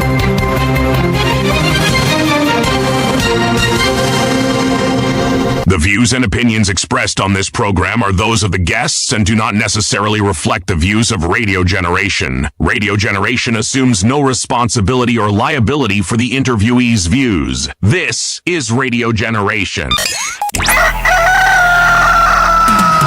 In the beginning, there was morning radio. But now there is Radio Generation's The People's Breakfast, curious and bold, getting facts from the shadows. That's what it is. Now, as the city wakes and secrets stir, a bright new voice shines. The People's Breakfast. Your morning, your voice, your journey. Good morning. Good morning, my neighbor! Welcome to the home of hard truths and bold insights, Radio Generation. A very good morning to you and welcome back. This is Radio Generation. My name is Mungala Movie. It is now 7 minutes past 7 o'clock. Like we say, we are the home of hard truths and bold insights. In this particular morning, we've got some hard truths and, of course, some bold insights for you as well. Good morning once again, Patricia. Good morning to you. Uko salama kwa fiti? Salama kabisa. All right, like we said earlier on, nasikia kuna watu wanapenda kusikiza redio kwa jirani ama wako kwenye gari wanauliza hii ni redio gani? Hebu waambie ni gani tafadhali. This is Radio Generation, the home of hard truth and bold insight. And of course, you will get us on 88.8. That is on your FM. Kienda hapo kwa hiyo radio yako 88.8, that is in Nairobi. And of course, we are coming to those other regions. Yes, we are coming big and great, of course, because we want you to hear these hard truths and these bold insights. And of course, in this show, we say, hapa tunakuambia kila kitu. Ni kweli kabisa. Speaking of which, in this particular hour, we want to be talking about cervical cancer. Nasikanga watu wengine wakiita cervical cancer, lakini wanasemanga inategemea na alikufunza. Okay, it doesn't matter. Yeah, it depends with where you come from. Ulisoma nursery school wapi? Yeah. Cervical. Anyway, me I know it as cervical. We are waiting for one Dr. Miss Keller. I hope he gets here in good time, but he is the Deputy Secretary General of Kenya Medical Practitioners and Dentists Union. So daktari kama unanisikiza, kimbia tunakungoja. Meanwhile, I just want to take a look at the Business Daily. Hapa mbele wanasema how nearly 3,000 livelihoods in the sugar belt were extinguished by a directive offered in a red-carpeted Nairobi office, a single stroke of the pen. This is according to the author Jaindi Kisero, page 9 of the Business Daily. Kenya in China talks to halve SGR loan rate and swap dollar debt. Read that again. Kenya in China talks to halve, yani kunusu. Kenya in China talks to halve SGR loan rate and swap dollar debt. Yeah, so let's see how that is gonna pan out. I think they mean that they're gonna the interest rate might be halved. Tukiongea vizuri. watupunguzie watupunguzie. So inasemekana SGR loan interest will fall to 3% from the current 6.37%, and the railway debt to be converted from dollar to yuan. Okay. Okay. You know, the dollar most of the time, of course, it has always been maybe should I say scarce in our country, because remember we've always had that dollar shortage, and of course it affected the rates, it affected the amounts that we're paying in terms of those interests. Okay. So pengine ikiekwa in terms of the yuan, the Chinese. Wewe umeona Chinese yuan, wewe umeiona hivi? You think the dollar is scarce? Niambia yuan tutaitoa wapi? No, it's because maybe we've not been doing business with that currency. My friend, me, I've just asked you a very simple reason. I think I have friends who have gone to China. Of course, they do come back with some change. You lucky you have friends who went to China. Yeah, they come back with some change. It's so okay. Unajua unakuja tu nayo unasema wacha nizungukange na hii. Sasa hiyo yuan. Anyway, umeenda mali online ukaona ununue kitu na yuan? Not really. You know, of course, dollar is the currency. Patricia, don't say not really. Not really. No. Don't say not really. Yes. Have you ever gone on any website whatsoever, and you saw something that you wanted to buy, and it told you this thing is 10 yuan or 50 yuan? Okay, I've not seen. Bas. Okay, listen, I've not seen. Yes. But remember the fight against the supremacy in terms of economy in the world. Of course, for the longest time, we know US has been, and that is why we usually use the dollar. Yeah, because it is recognized and accepted all over across the and it is the one of the currency that never drops in terms of value that much, unlike hizi shilingi zetu. No. So basically that is why it has been accepted, and of course for the longest, because the US has been the superpower economically for the longest. So now we are having other continents coming out as also superpowers, competing for this one title. And China, of course, we have seen what they have done so far. Ni watu wanajituma, and somehow by the according to maybe some of them the guests that we usually, the analysts that we usually invite here, kuna vile wanasema kufikia sasa China is a superpower. Unajua mimi nakusikiza tu nakwambia wewe leo kishaingia tu online na nakupatia homework, you can come and tell me this and give me this information on Monday.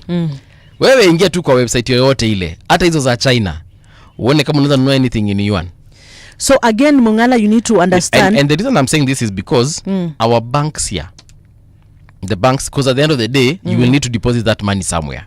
Even if you put it in your mobile money wallet, that money will need to be converted to that, what is it called? To that foreign generally currency. Accepted currency. Yes. Not even generally accepted. That foreign currency that you'd like to trade in or buy in. Yes. My friend, ukipata mahali unanunua kitu in yuan, we come on show on Monday. But physically, if you're going to China, of course you will change your currency to their currency. Of course, you can walk every other country. You can even walk to any bank out here. Hapa kwanza hapa Ngong Road kuna nyingi sana. Kuna cooperative, kuna sijui family bank, kuna ziko zote. Hata Equity iko. Enda huko utapata yuan ukitaka kubadilisha. And they will give you. But mimi nimekuambia ingia online. Utrade tuone utatrade na nini. But anyway, Mungala, there's something that I'm telling you, and I don't know why you are ignoring that fact. I don't know why you're insisting on this part. I'm insisting on this part because remember the former president, is it the former president? President Kibaki? Yes, took us to China. Like City keeps on saying here. Took us to China. Bro, mimi nakushow. Took us to China. Fanya hivi Patricia, tulia, calm down. Nimekupatia homework, njoo Monday uniambie Mbuvi, listen, log on to www.dede utanunua na yuan. Log on to this one, that. You will buy in yuan. I will do that. Ukiingia nini platform flani wanauza in yuan. Kama unilete tu your website. Ukishaniletea, imagine ni hivyo hiyo story imeisha, mimi nitasema, iko, sikuwa najua. Because mimi nakwambia sijui yoyote. Sawa? Okay. Kenya Ni sawa, but to your shock, China soon is coming up. And actually it is already there. Shida? Yes. Yeah. Hata mimi naweza taka kwenda China by the way. Kuna jamaa aliniambia atanipeleka China, hajanipeleka. Zia nangoja nini. Kenya seeks new trade deal with US ahead of AGOA expiry. Now, Kenya is seeking a new trade agreement with the US just weeks before the expiry of the African Growth and Opportunity Act, that is AGOA, in September. Yeah, so we are seeking a new trade deal with the US after we did what we did with China. Sometimes I don't understand this country. But anyway. We need all these people. No, they need us. Okay, we need each other. No, they need us. And the day we shall understand that as a continent, as a country, the day we shall understand that. Jana tumeketi hapa na Willis Otieno, one of the leaders of Safina Party, and what did he tell us? Itafika mahali those odious debts tutaacha kulipa. Na akasema hao watu hakuna mahali watatupeleka. Na akatambia it's because they need us. And that is the truth, Patricia. They need us. Usiwai kama dem. Mimi nashidanga nikitumia hizi analogies. Kama dem ni chali anakuhitaji. Hata wewe unamhitaji ndio, lakini usiwai muonyesha. But mshaonyesha watu mnawahitaji. Patricia, nakuibia siri bana. Tulia. Mshawaonyesha mnawahitaji. Calm down. I'm now telling you what is going on. DTB profit up by 9.7% on low cost higher loan book. So Diamond Trust Bank has reported a 9.7% net profit growth for the 6 months ended June 2025, driven by a lower cost of funds and expansion of its loan book. Good news for customers of DTB. Digital lenders want licensing threshold raised to 50 million Kenyan shillings.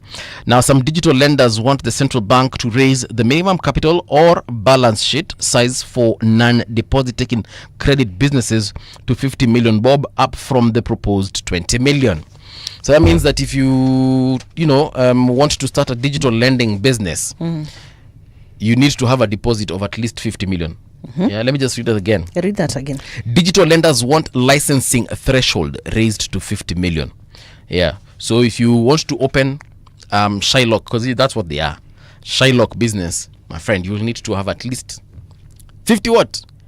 That is if 50. That is if that thing goes through. Okay. Alafu unajua kuna mtu anakuja anakopa pesa kutoka kwa digital lender na anasema silipi. Actually, I wanted to ask you if you ever had an experience with the digital lenders. No. Have you? No, I haven't. I haven't borrowed from any digital lender specifically, but I have borrowed money. Kawaida Fuliza, Kawaida Mshwari. They're also digital lenders. Yes, but ati nikaenda nika download. Mara sijui wanaitwa aje. Sijatumia bado. And then, okay, my friend told me that they even called his boss. Then that's illegal. You can. They went ahead and they're like, they called the boss and they're like, you have not paid your employee. No, you see, it's illegal, and if that happens, if they actually call, you can actually sue. Hata kama uko na pesa yao, whether you have their 5,000 bob or 500 bob. If a digital lender that you borrowed from calls you, or so not you, but calls your spouse, your children, parents, anyone other than you, if they contact any other person other than you, you can actually sue them. So why are you not paying them? You could not. There are very many reasons as to why you're not paying. There are some people who just do this intentionally, like you want to borrow and not pay back. Kuna wale watu tunaitanga ukambani mbama tu. Kuna watu tu hawatakangi tu wanaamuanga tu they won't and they can't and they won't. Mtu alichukua tu pesa na akasema bwana watu wanashinanga wakinisumbua ndawalipa nikipata hiyo pesa. And then of course kuna wale watu genuinely they borrowed money but they're unable to pay for one reason or another. Maybe you borrowed money, then the thing that you had used it for expecting to get money back didn't work out. So it's a business that iliungua. So uliibiwa hiyo pesa, immediately uliboro tu hivi simu yako ikaibiwa na mtu akatoka na pin yako na akaenda na hiyo kitu na sorry kaisha hivyo. Ama bibi yako alijua umekopa pesa na akachukua simu yako aka withdraw yote na akakuacha hapo na akaenda na mwanaume mwingine. These things happen. So So now what do you do? I think in terms of now the regulation, as they regulate the minimum balance that these people should be having, they should also regulate now the debt collection procedures by these lenders, because that's where now you are getting people who are coming out and calling even your children. Everybody that you put there, anyway, anybody that you put as a guarantor, of course, they I think they have the leeway. They can also be called for collection. But now, yeah. If that was in the terms and conditions of you signing up to that digital lender, then so be it. Sawa sawa. But if it wasn't agreed that you can call my girlfriend and ask her to ati mbuvi yako wapi? Your boyfriend is not paying. Ati habari yako wewe ni nani? Tunatafuta huyu bwana yako anaitwa mbuvi. Maybe even my wife doesn't know I've borrowed money. Why you starting domestic problems in my own house? And maybe the reason I borrowed that money is to save my marriage. Then now you are revealing that I borrowed money. Then now my girlfriend knows that now I borrow money and I don't pay. Well, I don't know what they usually say when maybe they want to give you that amount. But what I know is they usually ask for access to your contacts. They will even ask for access to your gallery. Those are the rogue digital lenders. Yes. If you speak to the chairman of DLAC, that is the Digital Lenders Association of Kenya, they will tell you that it is inappropriate for any lender to do that. Yes. You want to access your photos. Uliomba your loan wewe na wakaku gauge according to the metrics that they used. And so they know for a fact that tulipatia Patricia 10,000 shillings na ni Patricia peke yake tutadili na yeye ikifika wakati wa kukopa pesa. Now of course it's different from maybe a bank or a sacco where you borrow money and then you put down guarantors, or you go to a Shylock, the ones that now don't have digital spaces where you actually go to an office, unajaza, unapeana gari yako kama collateral, ama unapeana nyumba kama collateral. Now that's different. That one, you have put down guarantors and you've said, in case I don't pay this money, please call my wife or call my husband or call my children or call my colleagues. Mimi kuna jamaa nimepigiwa simu nikaambiwa halipangi pesa. And I asked these guys, why are you calling me? They're like, lakini tunaona mnaongeanga sana. Nikamwambia it's okay, tunaongeanga sana, but to be honest, I didn't want to know about his financial problems. Why are you putting me in the middle of this issue?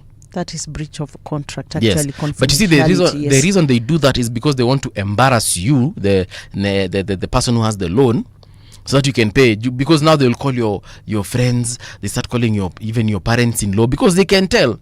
They can tell how you. They can even see how you've saved. Yes. There's a way you've saved that person. Maybe you've saved them as Patricia, mom-in-law.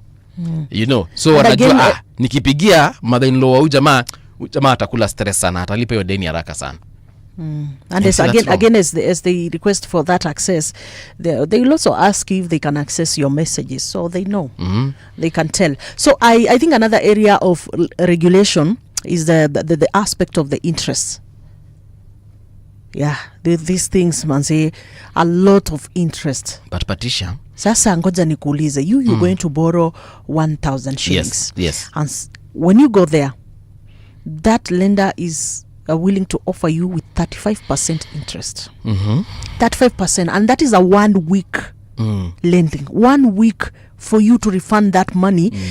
So you are given 1,000. If you had borrowed 1,000, you're supposed to pay 1,350. Yes. So now, if we had sat here with Yaya Dahir of Premier Bank, he would have told you that is haram. You know, and it is actually haram. Why? 5% is a lot. But if we are being honest, Patricia, you have a problem that no one else could solve or sort out. You have decided to go the digital lending way because umeona you can't even borrow your family members. You can't borrow your colleagues. You can't borrow your high school mates. You can't even borrow an ex-boyfriend of yours. The only person, the only place umeona unaweza pata pesa ni kwa huyu digital lender. Huyu digital lender atatake advantage of your brokenness. Akukamue vizuri tena sana. That's why we have policies that should be there to protect the citizens, because this is a business that is being operated in the country.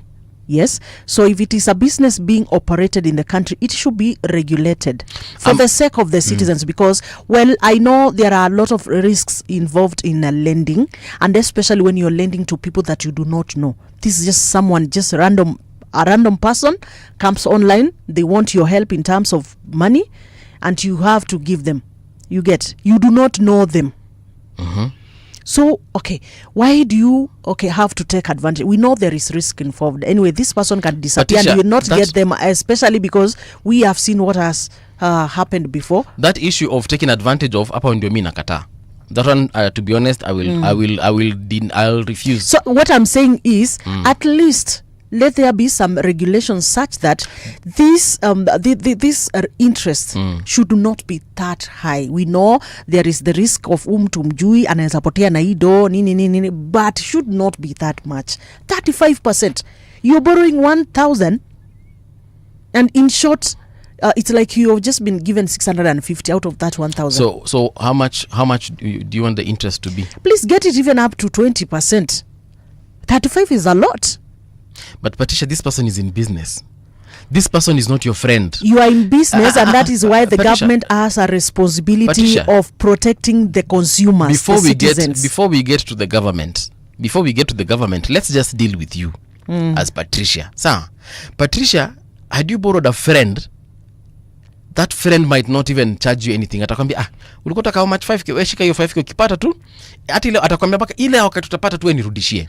Uipate kesho sawa, uipate next month sawa, uipate December, wewe ni best yangu nitakusaidia. Your parents will give you that money for free and won't even expect it back. They'll be like, take this 5,000. At the end of the day, you're our daughter.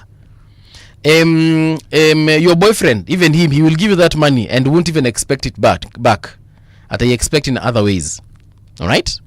But now here's a business person in the name of a digital lender.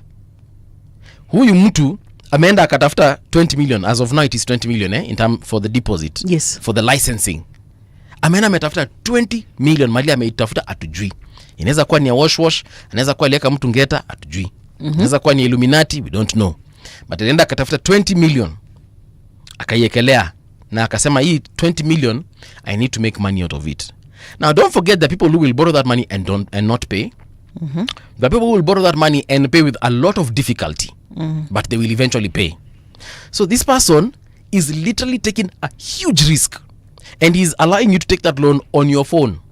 Hajaika kuona hivi, hata ajui kama you're real ama you're a digital bot. Huyu mtu hata ajui kama unaweza, you could be, some hacker in Russia. This person doesn't know. This person is literally trusting the information that you have provided on your what? On your phone. The only thing he knows is that there is a person called Patricia. This is her ID number. This is her telephone number. And then, of course, they go through your details and they see, okay, Patricia usually spends roughly 50,000 shillings every month. So if we can give her 2,000, she might be able to pay us back. That's a huge risk. It is a huge risk. So now, akiweka nyinyi wote kwa pool moja, wenye watalipa, wenye hawatalipa na wenye wata struggle kulipa, na kuna wenye wanalipanga promptly.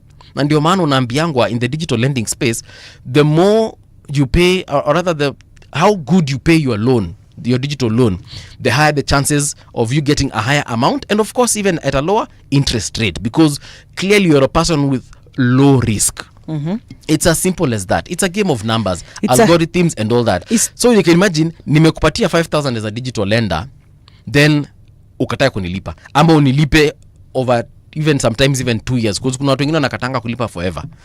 So what do you expect this digital lender to do? Of course, that amount will go higher. That's why I said, in consideration of all those factors, still do not exploit consumers. Ukitaka loan, Sawa, Patricia, do not exploit, and the government has that responsibility to do that. Even with the SACCOs, even with the banks, by the way, the government... SACCO, ama uende kwa bank.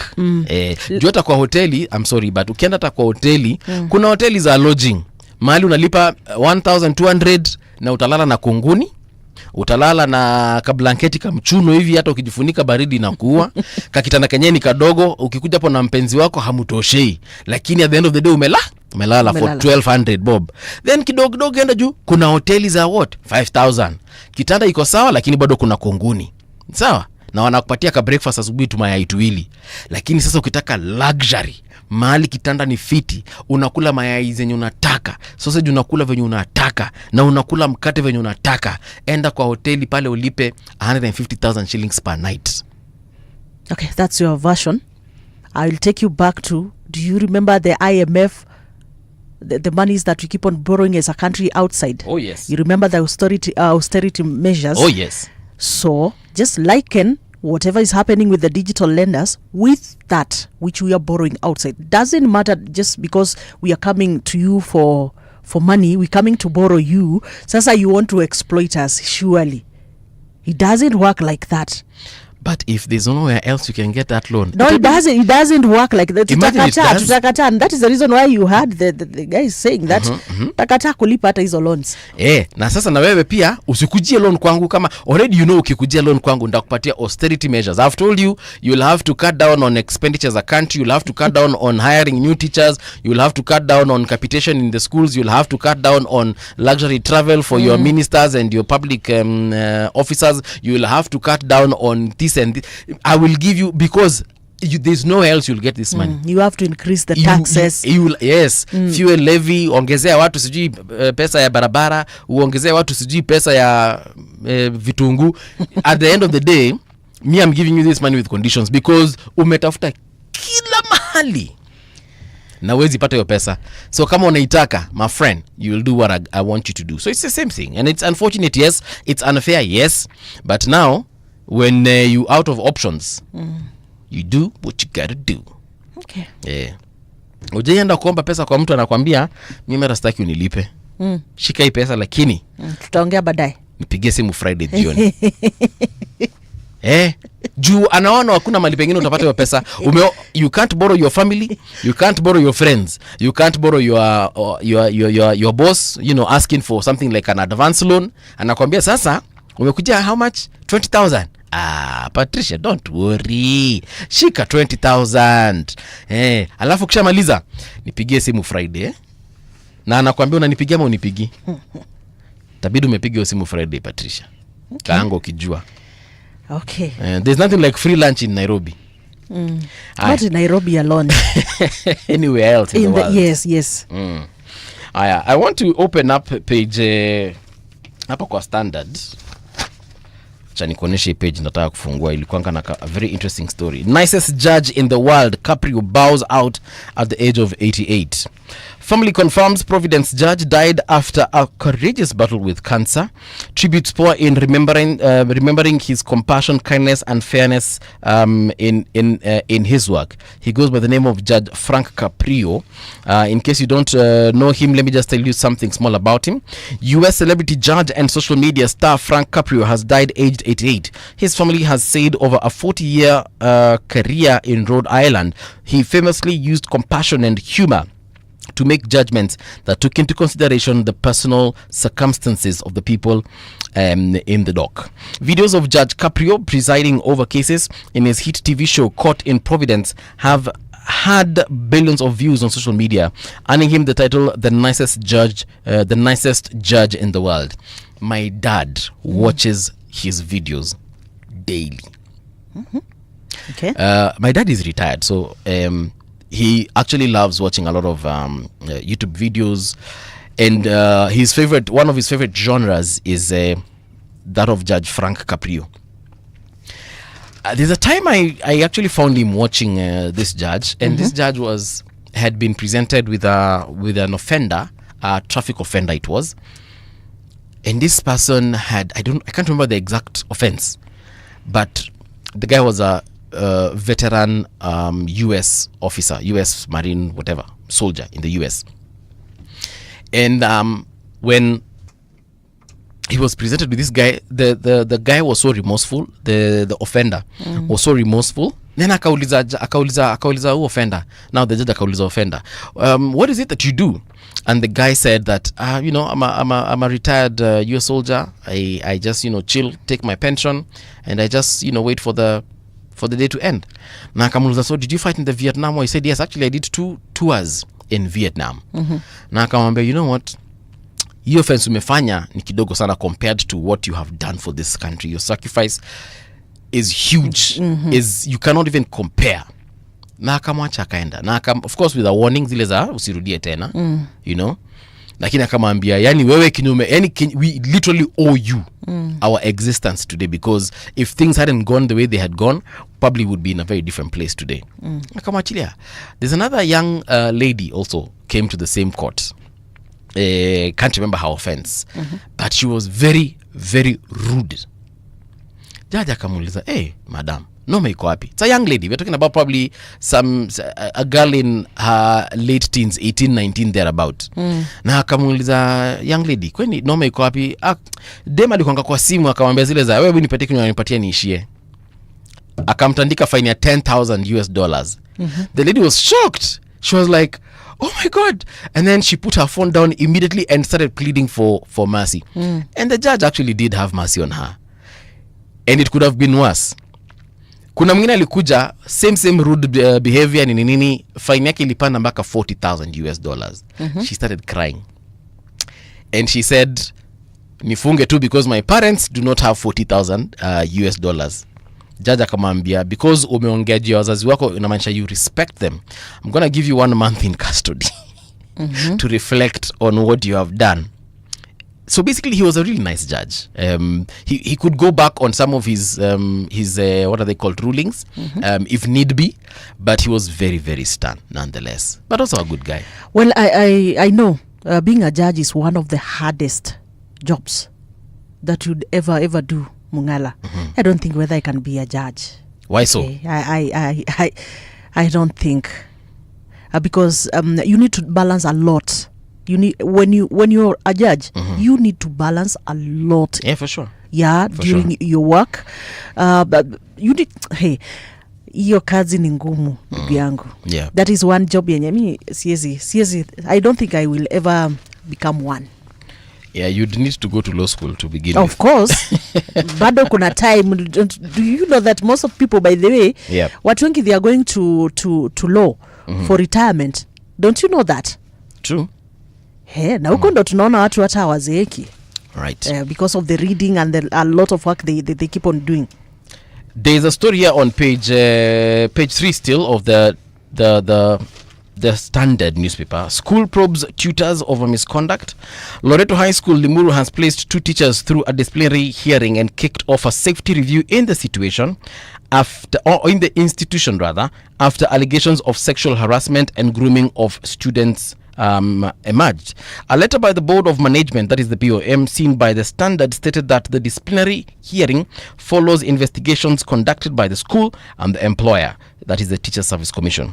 In the memo dated August 8th, the board notes it sat 2 days earlier and had disciplinary cases for 2 teachers following investigations by the TSC. Yeah.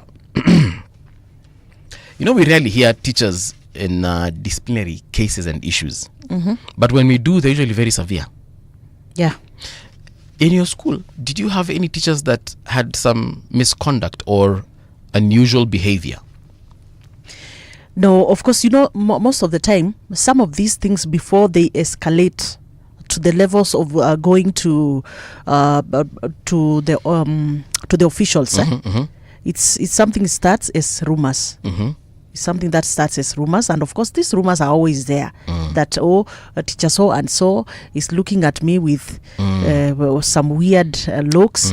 Teacher so and so is doing this with so and so. So those are they do start like small talks in the school, but to some extent if you do investigate them, kuna zingine unapata ni kweli, zingine they are just mere rumors. And therefore kuna mtu mwenye mlisoma na yeye mligrow up na yeye, unajua alipitia sexual advances from her teachers. Yeah, I know many. Ish. Yes. When you say many, how many are we talking about? I know many. From different actually, schools? like in primary school, there's like a girl I know. I think.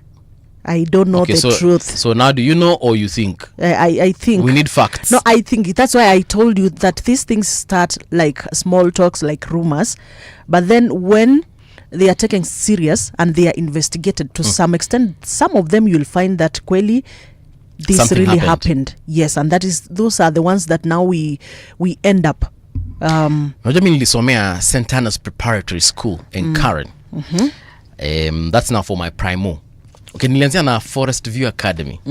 Forest View Academy is still in Karen. hiyo haikuanga na hizo issues. Not at all, not even once. Kama zilikuwa sikusikia. But I highly doubt, and it was a private school, so such kinds of issues would be taken very, very, very seriously. True. The second school I went to was St. Hannah's Preparatory School. That's where I did now my standard 8. And St. Hannah's pia nothing of the sort. Hunga alisikia ati mwalimu sijui amefanya nini na sikuona. And then of course unajua pia hizo shule za Karen wenye wanaendanga huko ni who is who, mtoto wa fulani. So hapo who is who like ujaribu huko tulisoma, ni venye sitaki kuwataja, but tulisoma na watu wa prominent government figures, members of parliament, and even people in government. So unajua kina Kalonzo wanaishi Karen, kina Amos wako wanaishi Karen. So aungesikia kitu chochote of that nature. And then I went to Nairobi school, being a national school, and then it's a boys school. So hardly would you hear, as in I never had ati sijui kuna mwalimu fulani alifanyia fulani, because again female teachers and boys kidogo itakuwa tricky. Maybe a boy can approach a female teacher. Actually, I wanted to tell you that I know of people who have confessed like I had an affair with a teacher while I'm in high school. That is a confession from someone I know. Now for Nairobi school, for the 4 years I was there, I'm not saying that it's not impossible, I'm just saying for the 4 years I was there, I never had anything of that nature. Now girls schools on the other hand, nimesikia vitu. Hata tukiendanga vitu kama drama festivals, music festivals, I just used to see how some girls were getting close to their teachers, and I was like, is this normal? Because like for example, our patron for Nairobi school was a female teacher. I'm forgetting her name actually, I should give her a shout out. So she was female, and at no one point did I see her getting unusually close with a male student. With a male student. Exactly. Yeah, so the cases of male students getting involved in these things are lower compared to ladies, and of course because the girls, of course, they are vulnerable. Yes. Yeah. Majorly they are vulnerable, and most of the time it's because of the setup, the setup in our communities and societies, whereby you know that it is a man who will approach. Yeah, so that is the reason why you hear that those teachers end up maybe being jailed, because they are the ones who will start. But in the real sense, do you know there are some other girls who are the ones who are going to approach the teacher? Sasa sunieleze your concept, because hapa nje mimi hakuna so I think the issue is now trying to balance, like everybody playing their role. You are a teacher. Of course, we have given you our children as students for you to take care of them while they are in school. You are teaching them.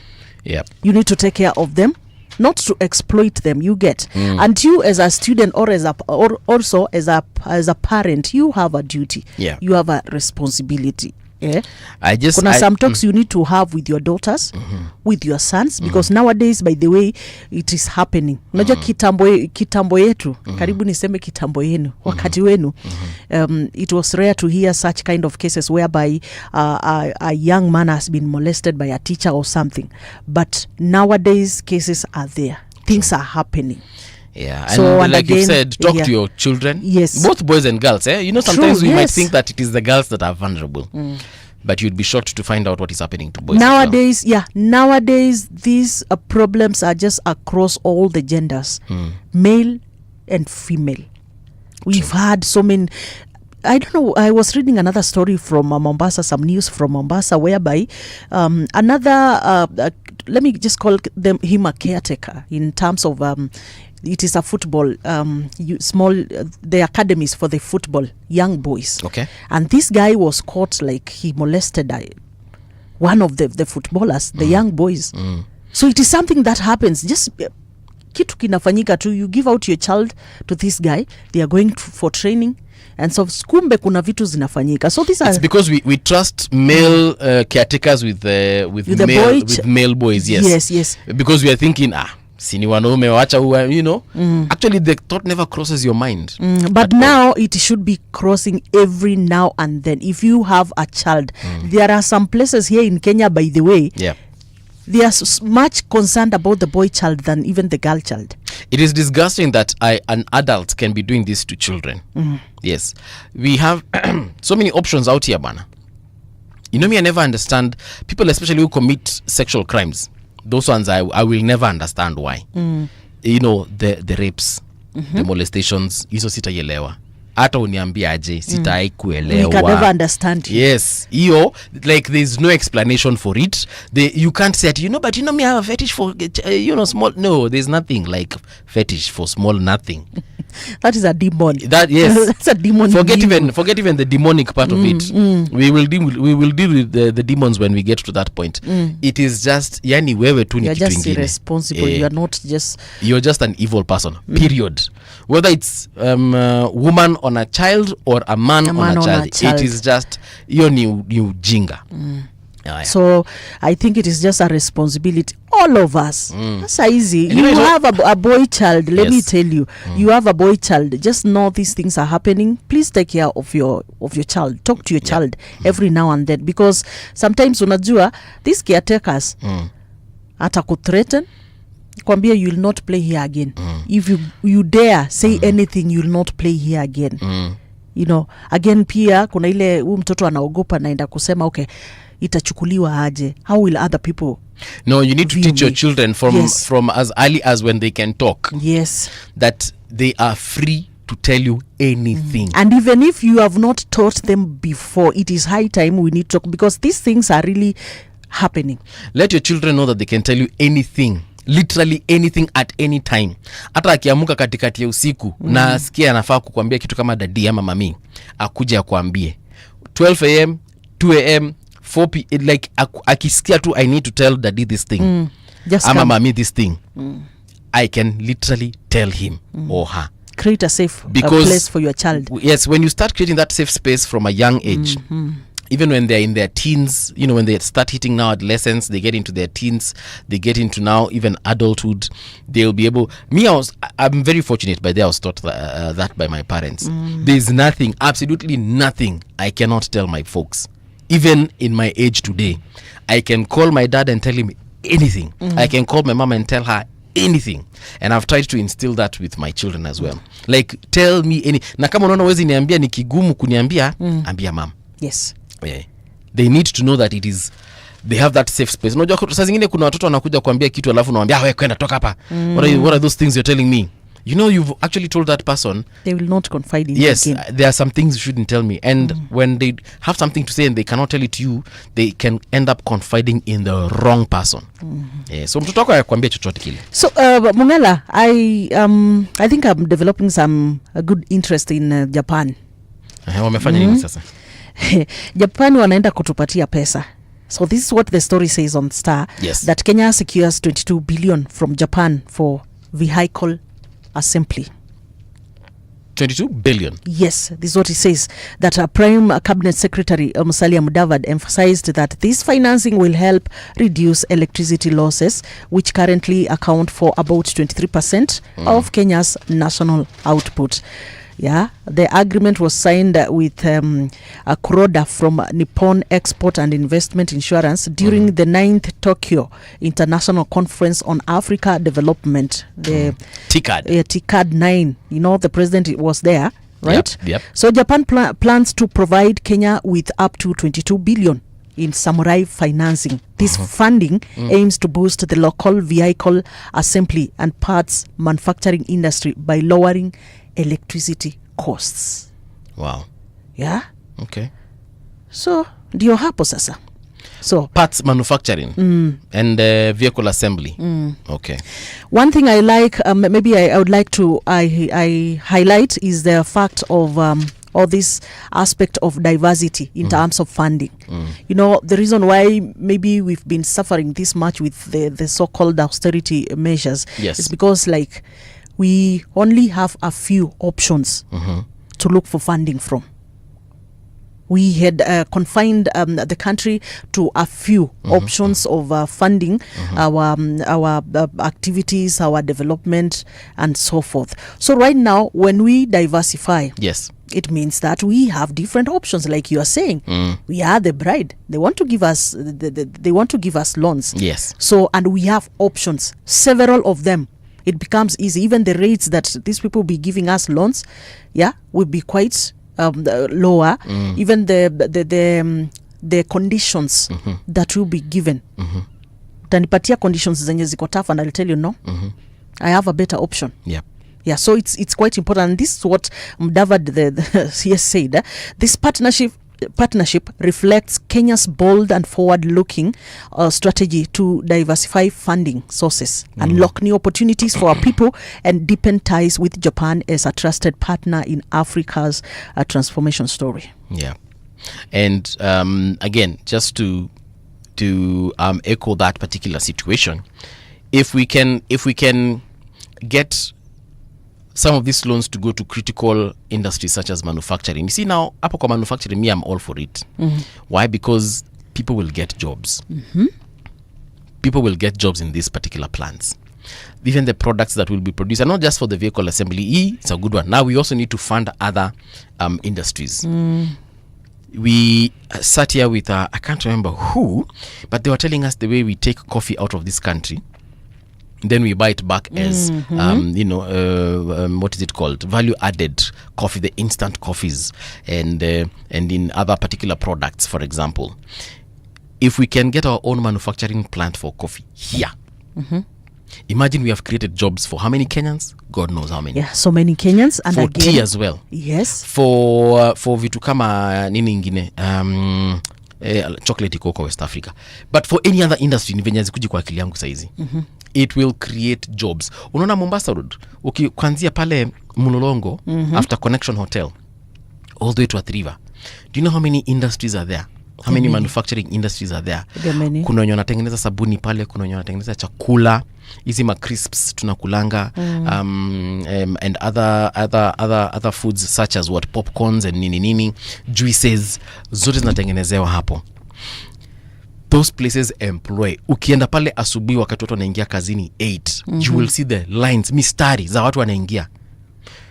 5 o'clock wakitoka, utaona mistari. And you know what kinds of jobs those people are creating?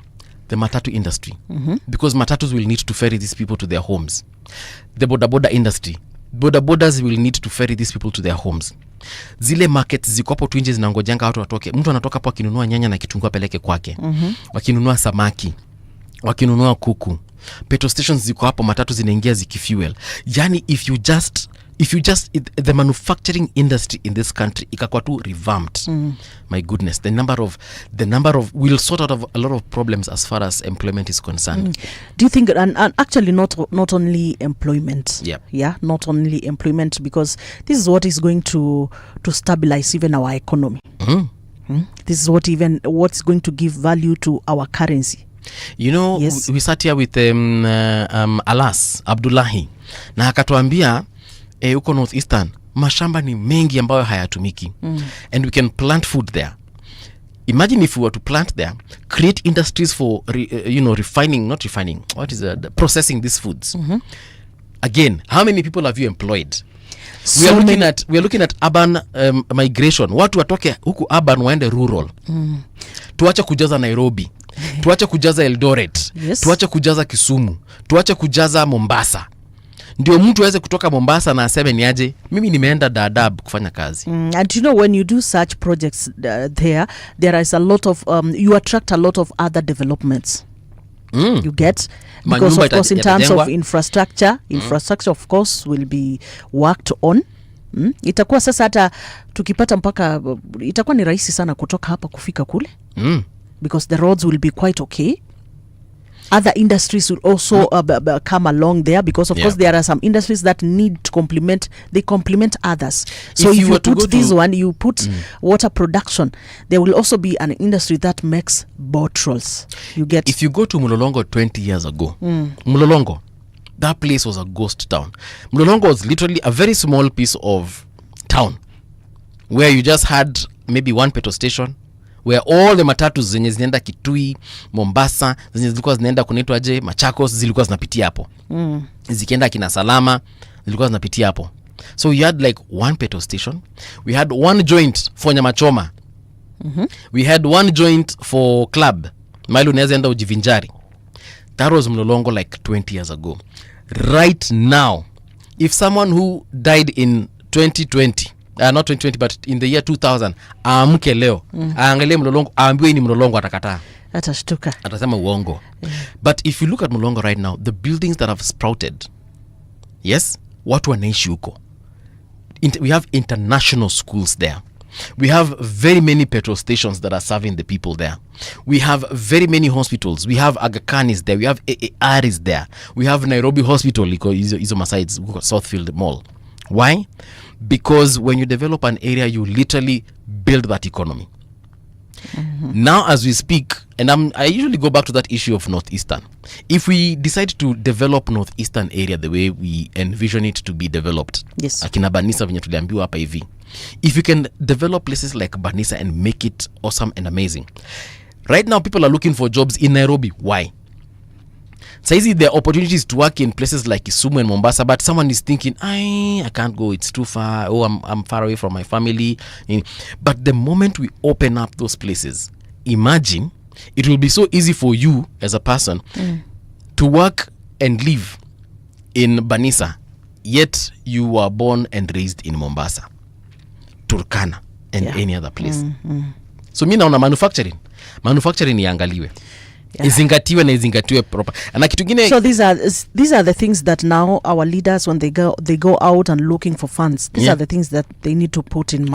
Oh yes. Yeah, coming up with reviving even the dead industries that we have in our country, because we have a lot of them, by the way, lot of them. So reviving them, and of course, so if you're getting funds, directing those funds to where they're supposed to, using them for that purpose. When I joined Kenyatta University in 2006, that place was another ghost town. KU, main campus huko. Hiyo place ilikuanga ghost town. Hakukuanga na kitu chochote kilikuwa kinafanyika. But shortly before I had joined, Professor Mugenda took over as Vice Chancellor. Professor Mugenda went out and looked for funds. Of course, she had her own flaws, which is, very normal for leadership. And of course, there's some people, when you ask, they will tell you she was probably the worst vice chancellor, but there are others who will tell you she did a very good job. She went and looked for funds, not in Gava. Mugenda hakuenda ati kwa serikali Ministry of Education akasema nipatieni pesa ya kujenga hospitali. Hakuenda kuambia nipatieni pesa ya kujenga library. Hakuenda akasema nipatieni pesa ya kutengeneza classrooms na pia hostels.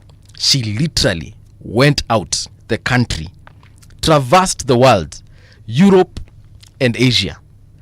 Every year she would come back with a project. Yes, she built hostels, therefore increasing capacity ya nini ya shule ya kuhold wanafunzi. Akajenga classrooms, hiyo ali increase capacity. Akajenga library. Our library was very small and could hold very few students compared to what she built. Was it 5 stories? Yes, within the period I was there, yani 4 years, nilitoka nikauliza kama ni the same KU niliingia. And basically what the reason I've brought that up is because there are some individuals that when they do not have to wait for those parameters and bureaucracies that tunakonga tumekewa. Yalienda akaambia tu president, nipatie ruhusa niende nijenge hii university. Na university ikajengwa. Sasa iko na capacity. I think when I joined, capacity ilikuwa like at 17,000 across all campuses. Right now I think we are talking about tens of thousands. And that is the reason why we keep on urging our leaders, and especially those in charge of these wards, constituencies, counties and so forth. Even before we get to the national level, there are some things you can do as an MCA. There are some projects you can do, not relying on this on the government allocation. Kuna vitu mnaweza kufanya, by the way, and that's why we keep on saying, I keep on wondering, when these people go out for benchmarking, what do they usually come back with? Yeah, good question. When we hear ati mtu sijui walienda sijui nchi gani, wameenda sijui wapi, what do you go to back ni nini mnaendanga kuangalia if we cannot see these things on the ground? Because by there I'm telling you, like you've said, she went out. It was a personal initiative or even a university initiative at that level. Yeah. So even at county levels, our leaders, you can come out. There are some small projects that as a county you can do, not just relying on that mgao wa serikali. You can do some projects, go benchmark, see what you because we have businesses outside there. We have business owners out there who are willing to support some of these projects. Oh, yes. But they can't do it unless you go and knock the door. Yeah. Unless you go and knock the door and you say, oh, look here, I know you are doing business in this county, in this ward, and we are interested. Are you able to support this and this kind of a project that we are doing as a county? And they'll tell you, of course, we can support. These are our conditions. If you can meet them, meet them. If you can't, then let's see where we can meet in the middle. Yes. It's as simple as that. So anyway, leadership inategemea ni nani mlipatia hicho kiti. Kuna watu wanakuanga visionary.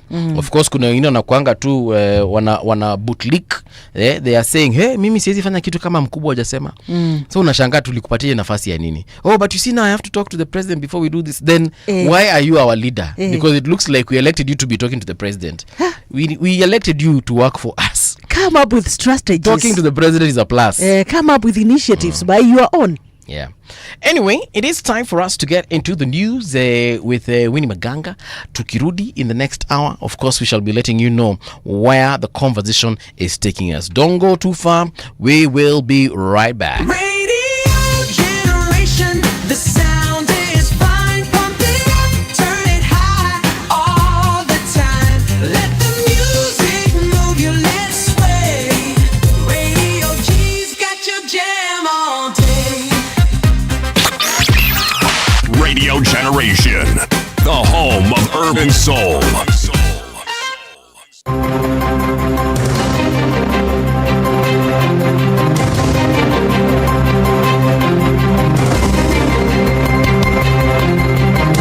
This is the Radio Generation News. Good morning, I'm Winnie Maganga. A family from Kangoya village in Kiambu County has pleaded with the Ministry of Foreign and Diaspora Affairs to help secure the release of their son from United Arab Emirates jail. The family claimed that their son James Kariuki Thiongo had been imprisoned in Dubai for electronic fraud committed by a known individual using his identity. Kariuki was sentenced by UAE court in Sharjah to 1 year in jail, followed by immediate deportation. Just when he was hopeful of returning home, he was met with fresh trouble. While still serving his term, investigators linked him to another fraud involving about 70.1 million Kenya shillings. Kulingana na hiyo mambo jaga ilipata Kariuki, lakini tunaomba tu Mwenyezi Mungu juu hakuna kitu Mungu atimizi. Hata tukiomba hii serikali itusaidie kuturudishia mtoto wetu. Hiyo pesa yote hata nakumbuka siku moja nilipigwa kutoka diaspora, ikaulizwa umechanga pesa ngapi. An outbreak of measles has been reported in Malindi sub-county amid concerns over low childhood immunization coverage that local officials warn could expose the community to more epidemics. At least 4 children have been reported to have contracted measles in the Shela area of Malindi town. Health officials say they are conducting a mop-up exercise and administering repeat measles vaccine doses to those who may have missed out in the recent campaign. Sub-County Public Health Officer Alex Maitha said despite recent vaccination campaigns, a significant number of children have not received the recommended 2 doses of the measles rubella vaccine. Kwa kuwa tuko chini sana katika masuala ya chanjo, watoto wengi namaanisha kuwa hawajapata ile kama measles rubella ya pili, wengi walimalizia ile ya miezi 9. Kiwango chetu cha chanjo kiko chini. Na hivyo pia tumeanza kuona dalili ya kuwa ni kweli kiko chini kwa sababu kuna mkurupuko wa ugonjwa wa ukambi ndani ya Malindi. Tumeripoti visa kadhaa vya ukambi na tunaendelea na juhudi za kufanya kitu tunaita mop-up. Mop-up ni wakati tumeona watoto 2-3 wameambukizwa ukambi, tunaenda door to door kwenye zile nyumba na kule masehemu wanakosoma mashule tukipeana hizi chanjo kama booster dose. Residents of Kwale County have voiced their views on the proposed privatization bill 2025 during a public participation forum held at Kwale Cultural Center in Matuga. The session, led by Finance Committee Chairperson Kimani Kuria, who's also the Molo MP, provided a platform for locals to air their concerns and views on proposed bill. A key concern raised was the fate of workers once privatization takes place, with residents insisting that strong labor laws and protections must be put in place to prevent layoffs and exploitation by private investors. Harambee Stars head coach Benny McCarthy has expressed confidence as his side gears up for a historic CHAN quarterfinals clash against Madagascar at the Moi International Sports Centre, Kasarani today. Speaking during the pre-match press conference, McCarthy said Stars' group stage journey had strengthened them for the knockout rounds. McCarthy says the camp is calm as the team heads to the quarterfinals, with players appreciating their progress. The match kicks off at 5 p.m. Yeah, no, I think considering, it's my team's first time that we are in this predicament, we in the quarterfinals. I think it's very calm in camp. I think everyone's probably just soaking up the atmosphere and what they've achieved, but we know there's still much more hard work to come from this, and team will be ready for tomorrow. So today we have our last training sessions. Israeli Prime Minister Benjamin Netanyahu said Thursday that he had ordered immediate negotiations aimed at freeing all the remaining hostages in Gaza. This as Israeli troops hammered the territory's largest city ahead of a major planned offensive. The call for renewed talks came a day after the Defense Ministry approved a plan authorizing the call-up of roughly 60,000 reservists to help capture Gaza City, home of Hamas' final stronghold. Ahead of the offensive, the Israeli military said the call-up for the reservists will begin in early September. And that's the truth on Radio Generation. Good morning. I'm Winnie Maganga.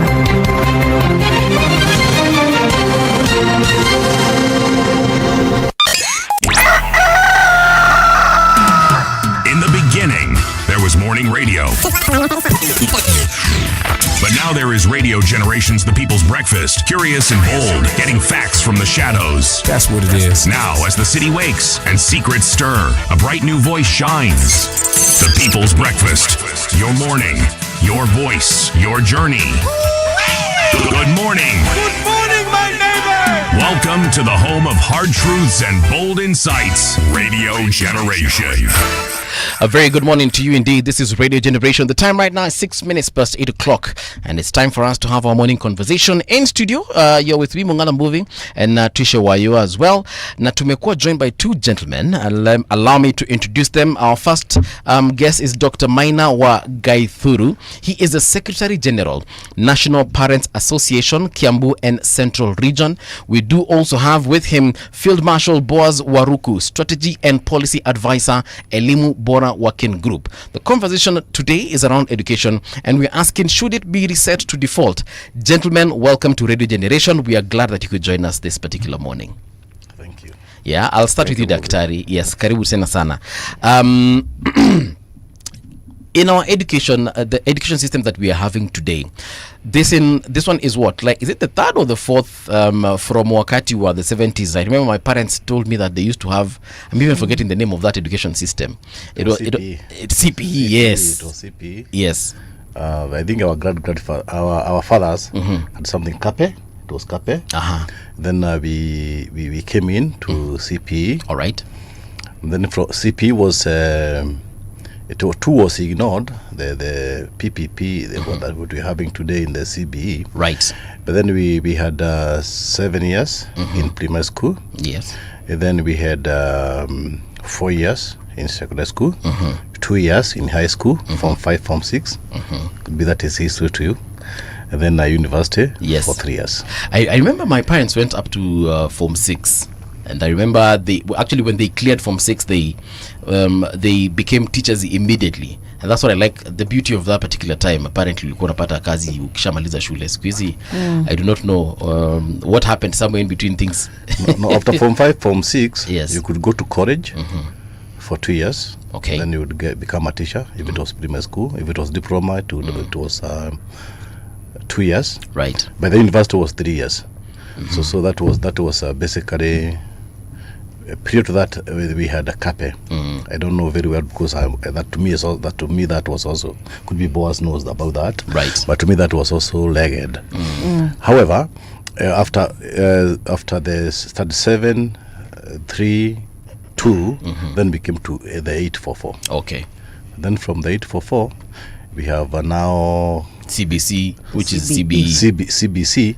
That is almost like what we went through. Okay. Because we also had hard stuff like hard craft, things that gave you skills that you could emerge from 37 and be on your own. Yes. We never really looked for what kind of jobs. You could still be dependent after 37. Oh. Because there was you had some skills that you acquired from 34 in hard craft and other things. And that was you could be dependent. So I think that's what now the CB is borrowing from. And the CB is supposed to be innovative. Yes. Fast, innovative. And you are supposed to be creative. And the only worry is now that now they are going to migrate to high school, to senior school. Yes. We hope the government is not going to use the old method Okay. of actually torturing parents to looking for schools. We think the priority is that the child interest should be their leading factor to get a school. Okay. Yes. All right. Interesting. Because like I said, I interacted with my parents and they told me about that particular education system.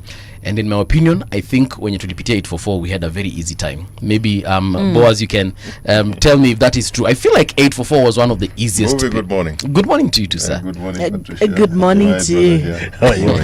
I'm happy to be here. Yes. And salute to City, wherever he is. I think he's the first one who alerted me that I could be invited here. Karibu sana.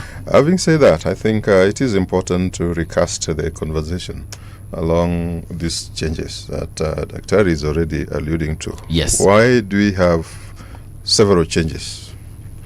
And I don't know, this English came, ilikuja na meli. The more things change, the more they remain the same. Have you realized something? Because it appears that we change for the sake of changing. Perhaps we do. We change just for people to say, there's some change. But look at Kenya and the education history, how we've been doing those reforms.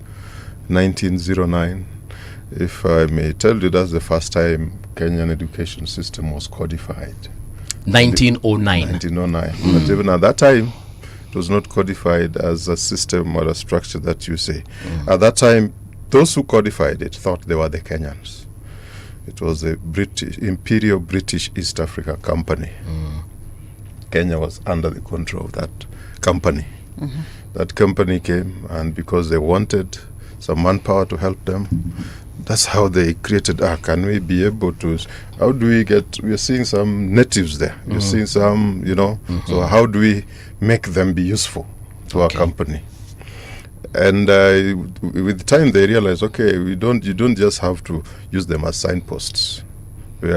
Inaonyesha njia inaenda huko and whatever happens. So by 2019, when they were thinking of now reorganizing and developing a common entrance exam using the British system, the war broke out. And of course, at that time, just before, before the war, before the first one was. Are we talking about 1919? I'm still talking of 1909, just after, before then the first one war broke out. But you see, we quickly skidded into the colony era, 1920. You have that history, isn't it? What was happening at the colony? Because the company has failed, even the way it was to get its human resource, like you people in this company, that kind of induction failed completely. So what did they do?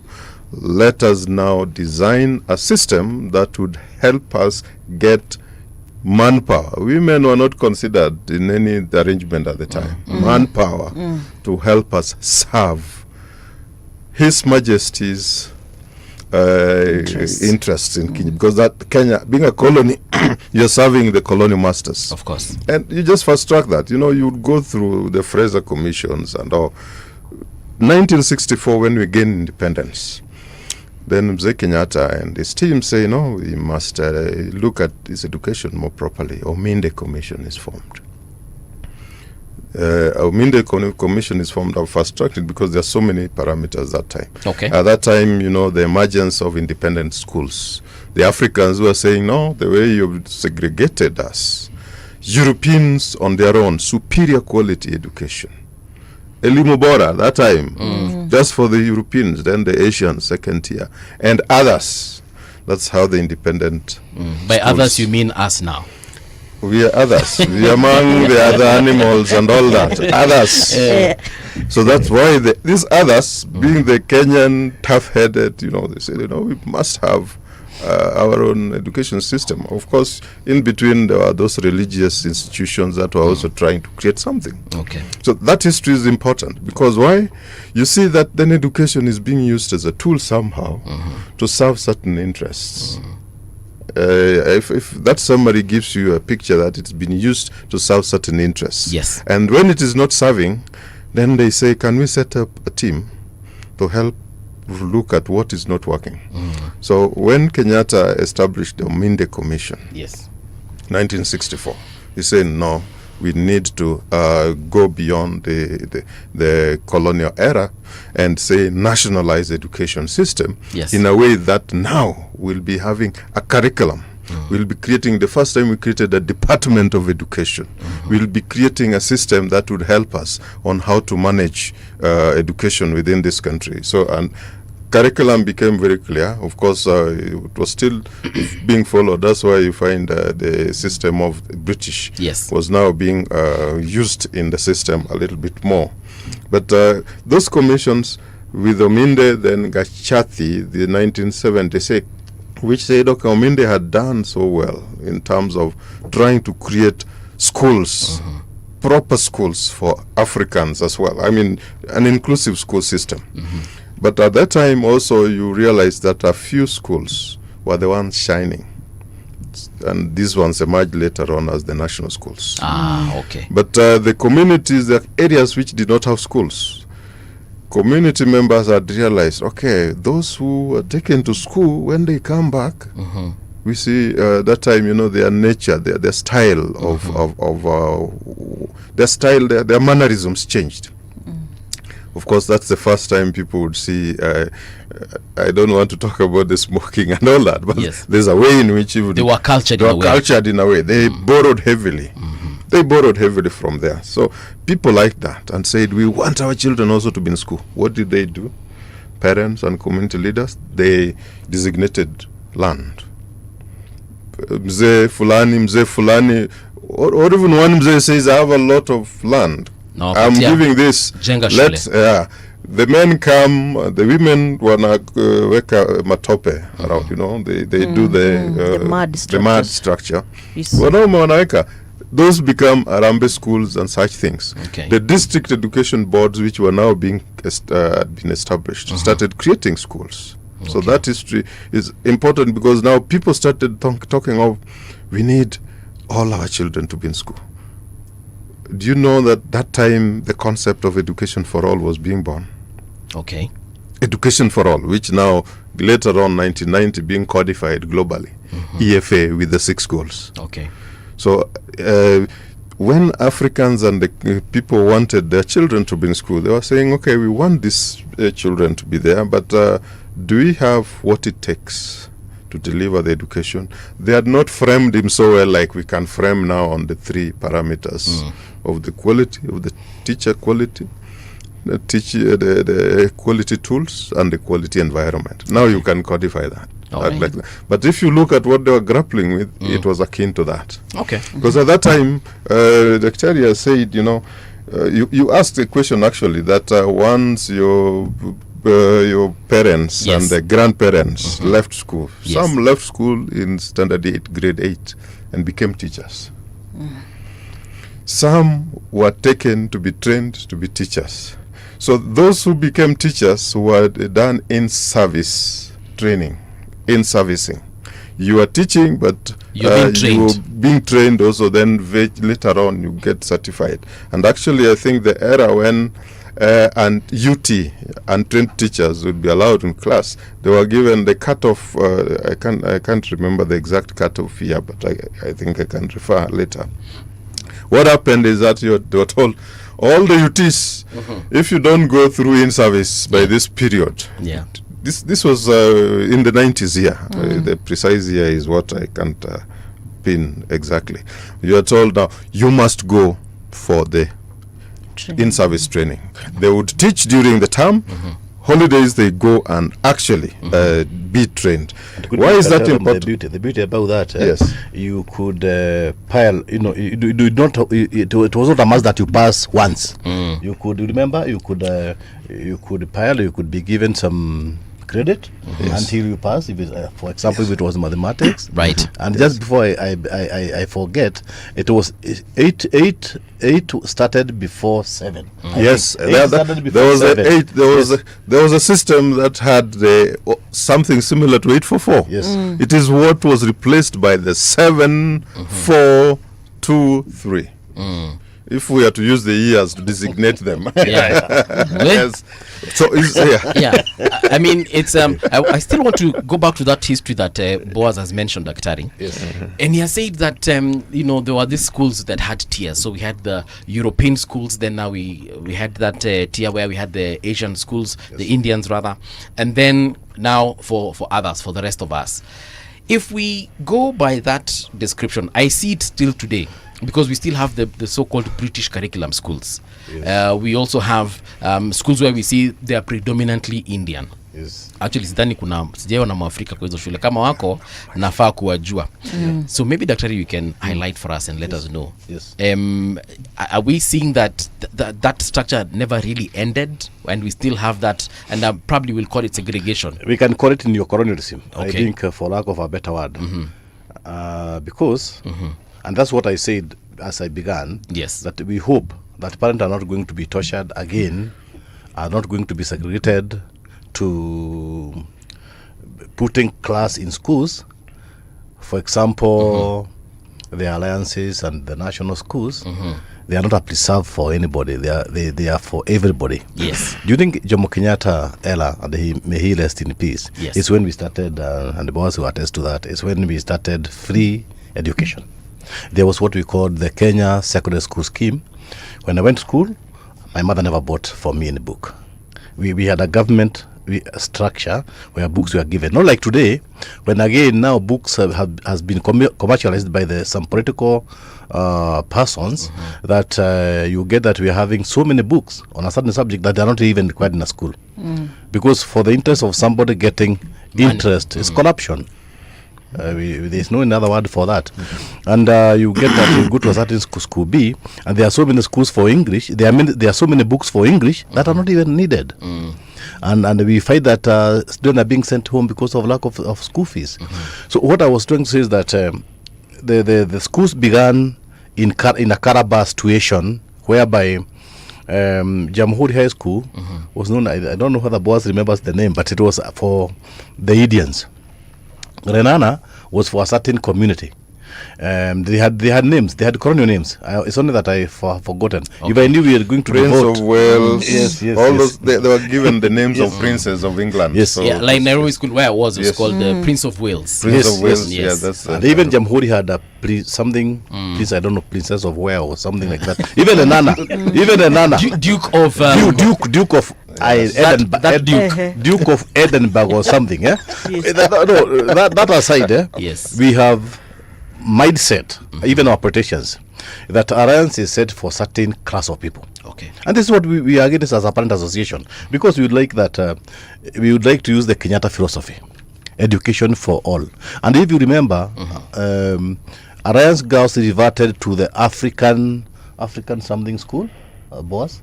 It was African something school, and when we wanted to nationalize education, and I think education should not be politicized. It shouldn't be politicized, because we politicize education. What are we saying? We are saying that there is a preserve for this class, yes, and we are going to neo-colonialism. So I think that one should not be practiced at all, because we don't have a shout from Kibera, we don't have a shout from Madare, we don't have a shout from Karen. every child belongs to Kenya. So I think education should not be. And except the CBC now that points at the interest of the child. Yes. Should be the pointer. Okay. The interest of the child.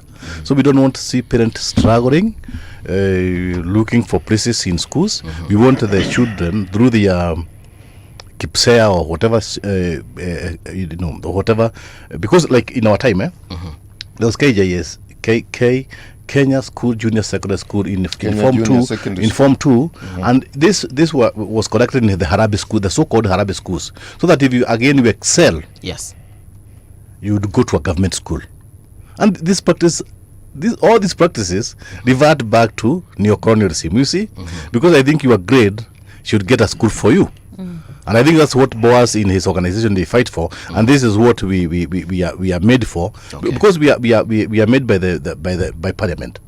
Because the Basic Education Act enacts the Parent Association, so that we can be able to intervene between the government and people, and brokers who come here and try to commercialize education. And he knows that education has been commercialized. If we are talking about, I'm sure here we are talking about government schools, right? Because we have private schools. Let's call them public schools. Because categorization as we speak right now, there are two categories which are distinct. There are public schools and then the private schools. Okay. But there's also an emergence of what we call the ABBET schools. The ABBA? ABBET. Okay. Alternative Provision of Basic Education and Training. Those ABBET schools are the ones you see in the informal settlements, the slums, a number of them. Yes. And they have an association. Actually, up to yesterday, we were having a consultation with stakeholders, and the leadership of the ABBET schools did also come. Okay. What they tell you is, and we know this, we have certain wards. Areas, if you go to the slums of Nairobi, you'll find some areas in Kibra which have no public school. You go to Mabatini ward and Ngei ward in Madare. Yes. They don't have a single public school. And they have thousands of families and children therein. So what these people do is coping. You find some Form 4 leaver, let me not call them dropout, Form 4 leaver. So this acts as a teacher, and they get other friends of theirs. What they get is just some Mabati structures or whatever they are. Children are rammed in there and they are being taught. So the environment, the quality parameters I was saying, first you've seen the teacher is not qualified. The tools that the teacher is using are completely out of place, and the environment is not conducive, so you can't call that a quality institution. But because they can't allow their children just to be at home, because the government has not provided, that's when they establish those institutions. That's why our call as a Limubora is always based on the Constitution and the statutes. Constitution Article 43, Article 53, everyone has a right to education. 53, every child, be it in that child be in the slums or whichever area, nomadic community or whichever, they have a right to free and compulsory basic education. You unpack that, you understand what it means. Free means government supports everything. Compulsory means when terms open and people are supposed to be in school, we shouldn't see a child. We shouldn't see any child anywhere loitering. And the basic, just to intervene a bit, basic is from grade 1 or it's from grade 1 primary to form 4. Yes. And this is why we say as a parent association, when you charge a parent in these schools, it is unfair. Because this is what was started by President Kibaki, and it was meant to make education free and compulsory. Okay. Yes. So by setting it that way, then you'd be able to understand why then the parameters of quality requires to be maintained everywhere. I needed to introduce an element called the holistic education approach, and we do a lot of research as a Limubora, even our membership, all that, including WASU, including Kenya Human Rights Commission, CRECO, that deals with constitutional matters. All these people, that's a think tank that just deals with issues of what are the national interest issues. Education is at the core, number one. There's one member of NIT who actually took just time to help us. You guys have been talking about the quality parameters here. So we want to see a holistic school. And that's a warrior choker. So we have a model which we are selling to the government, not selling at a fee. Yes. Making them to take that up as a model that they can implement. We call it a warrior choker model. Why? Because it says there should come a time in Kenya, and that time is now. Yes. When every school, that's every public school, has got key basic instruments to make it deliver, so that a child, every child, even if you are a civil servant here and you're transferred to Mandera, you move with your child because the school you find there would be the same as the school they left here. Okay. It has classrooms, it has teachers, it has the warrior choker model is a whole package of things. If I'm to attempt to discuss it, you can give it a whole session. Okay. And it is something that we are telling the government, this is what we require, because it is that holistic, inclusive school that would allow for everyone, wherever they are, that education be provided for, and it will make education interesting and entertaining even for the learners. Okay. The dropout would be minimal. Why? Because when you come to imagine a school where even the way you are received by the teachers, it's all smile. They are happy because the teachers themselves are motivated. Yes. They are not in the streets all the time. Oh, we had a CBA, it's a collective bargaining agreement of 2017, That was never 2021. It was just being signed the other day that now we'll honor it. But right now they've just negotiated for another one. Okay. So, in other words, when you deal with the teachers and then they know that their interests are also catered for, they are alive to the realities of the economy. So when you discuss with them, you also discuss with honor, not disparagingly, in a manner that you keep on telling them, you guys are just after what, because they are key parameters of quality. So that holistic kind of an approach would enable this school system, to education to be revamped. And because you're actually talking of resetting it to default. Yeah. What could be the parameters of default, if not the three that I've talked about? Yes. That's where the default is. Because there's a nephew of mine, when Edna shared that poster, right? Dr. Guya Kurinda, and he asked me Uncle, what do you mean? You're going to discuss about us resetting this to default. What is the default? This is a medic. Yes. Yeah. So, breaking it down into very simple terms, I said, no, Mbuvi and Patricia and City, the rest will first help me understand that. But in my mind, there's no doubt that for it to be where we are saying now, a default is something like the manufacturer's standards. Yes. So our education system is the standards, the very basic standards that we would want to see. Well, the Awori, you called him Awori a warrior choker model.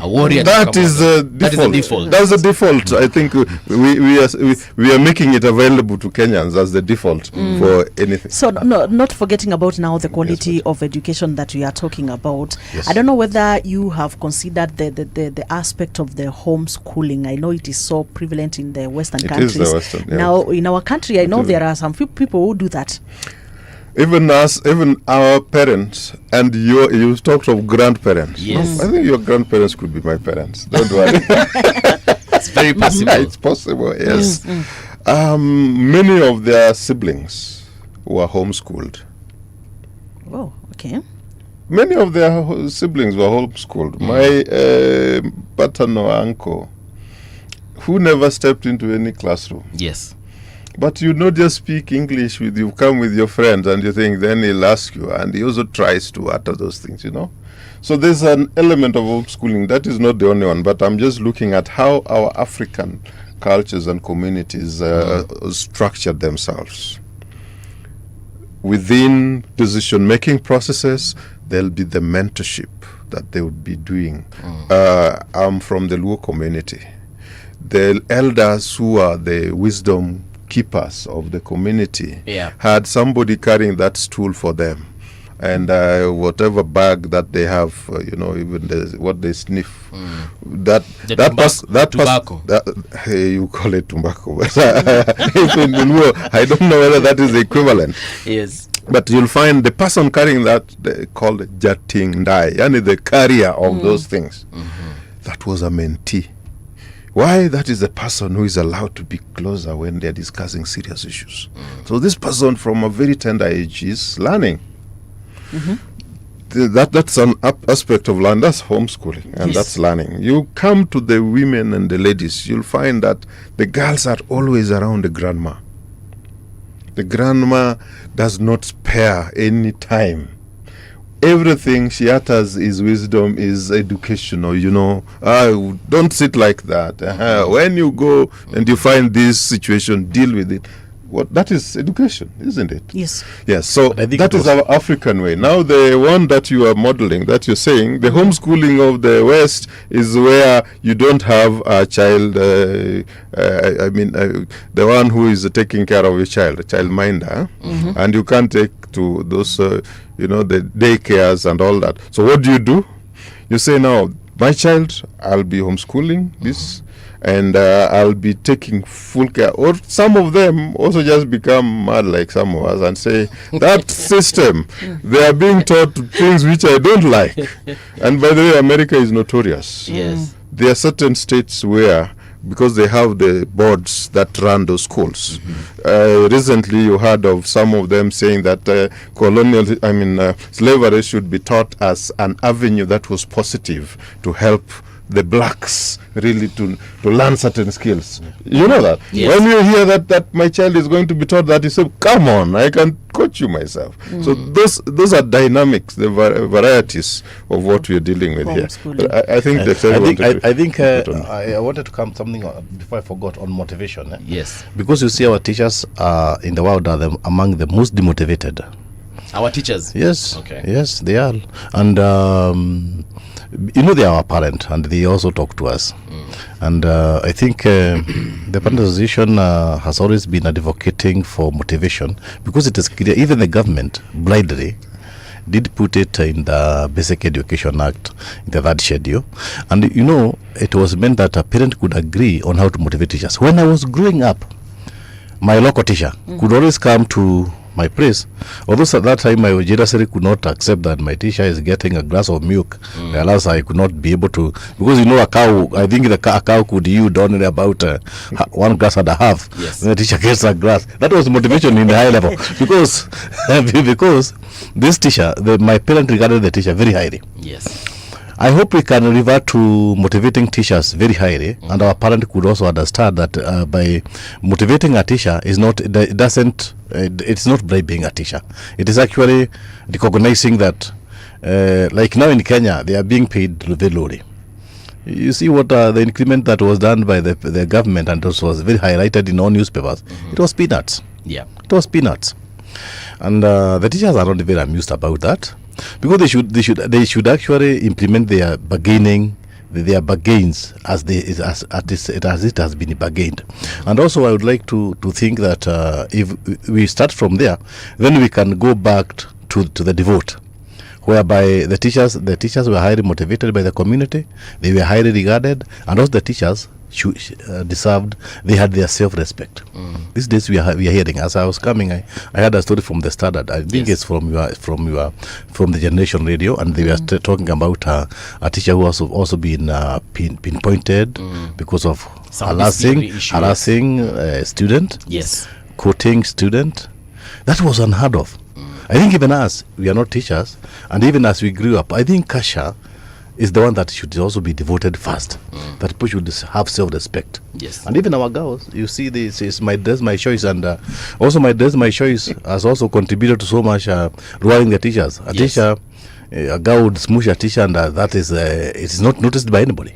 It was unheard when we are growing up. So I think one thing that is going wrong in our education, even as we say that we are going to set it in our kasha, in the Kiswahili kasha, we would say turning back the river in its course. Yes. In Greek, in our language, we also say Zidi is Zaluo, and somebody may think that Boaz is tribal, but I'm also a Kikuyu, and this is not tribal. It's where we are born.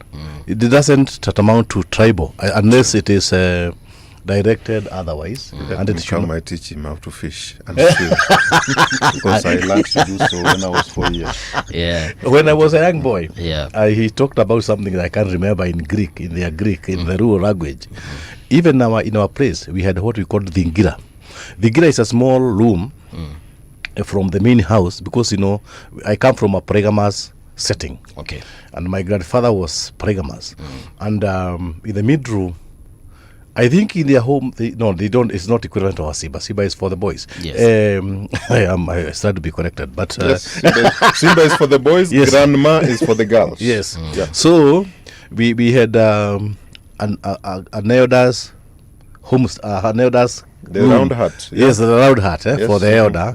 It was in the mid room, and there was fire always in the evening, and all the boys could go there. This goes back now to the home teaching, Okay. That boss was coming to, yes. and we could be, something is being passed to you, because how else could you know if your grandfather never told you what the great grandfather was doing and the great, and it was passed that we knew our genealogy from very far. Even today I could refer, and my young daughter, could be, this is Jen Elva, who can always ask me, and he calls me names from back to my grandfather. And I think if we lose our kasha, we cannot have home-based education. True. Our kasha should be instrumental to determining what we are going to pass to our children and even to the next generation. Because if we lose the raw kasha, I think we have lost a very perilous, a diamond in our country. If we lose the Kikuyu kasha or the Ruya kasha, or in that fact even the Borana kasha, we are losing something. Because if you go to Norway, the first thing you are taught is Norad. Yes. Nothing else. They don't even know what is English. And if you think that is a joke, you go to England. They speak in their Quisco, their Quisco English, in the Thames and other, in Oxford and other places. Yes. Where the people who are not very well. No. It's not about Ushago. People who are not very as well, the middle class and that. They have their own way of speaking, and nobody asks them. So I think when I was growing up, yes, the first thing you are taught in primary school was your mother tongue, and that should be put in our curriculum. Yes, mother tongue should not be done away with. Okay. Now, in my where I come from, people don't talk about, they don't talk about mother tongue. They want to be national. How do you make a child national? By teaching them a language that they don't understand. I think in Ukambani, some schools, up to I think maybe PP1, PP2, they are taught in Kamba. Yes. Our curriculum was set. If you want us to go to devote, our curriculum was set from standard 1 to standard 4. I think standard 4, we are taught our mother tongue. Yeah. Yes. Okay. The language of instruction. Yes. Standard 3. Was up to standard 3 because standard 4 is upper. We call it Joloa or Krioregi Upper. In other words, the lower does not mix with the upper. Yes. That's the French that I've spoken. It's the Greek. Yes, and we were taught in Kikuyu, in Kikuyu. Instructions were in Kikuyu, with us passing a few words in English. Okay. No, I don't even remember there was English. You can remember Mr. Madhega, the Mehiras in Space, my teacher in the primary school. That is in Nyeri, in a place known as Gakedo. And we are taught in English. In the small, in the books we have. I don't know where Boaz also. I went to Mboga Primary School, but first you must say that you are doing this. So I went twice. My hand was still reaching here, and with the third time, Madam teacher said, "Do ni mtoto wa mwalimu." My dad was a teacher, but elsewhere. Do ni mtoto wa mwalimu. Wacha tu akuje. Wacha tu aingie shule. No, because I wanted to be there. Yes, but teachers call it corruption. That's not corruption. Okay. But because you're saying this is, and by the the way, as I did that, I think from Saturday 1 to the time I left to go to St. Mary's Yala, all my classmates will tell you what happened. Let me not say that. Okay. but I think I wanted to challenge, maybe I wanted to challenge that thought about us still continuing with teaching mother tongue. But yes, because right now, right now we are at a level whereby we have intermarriages.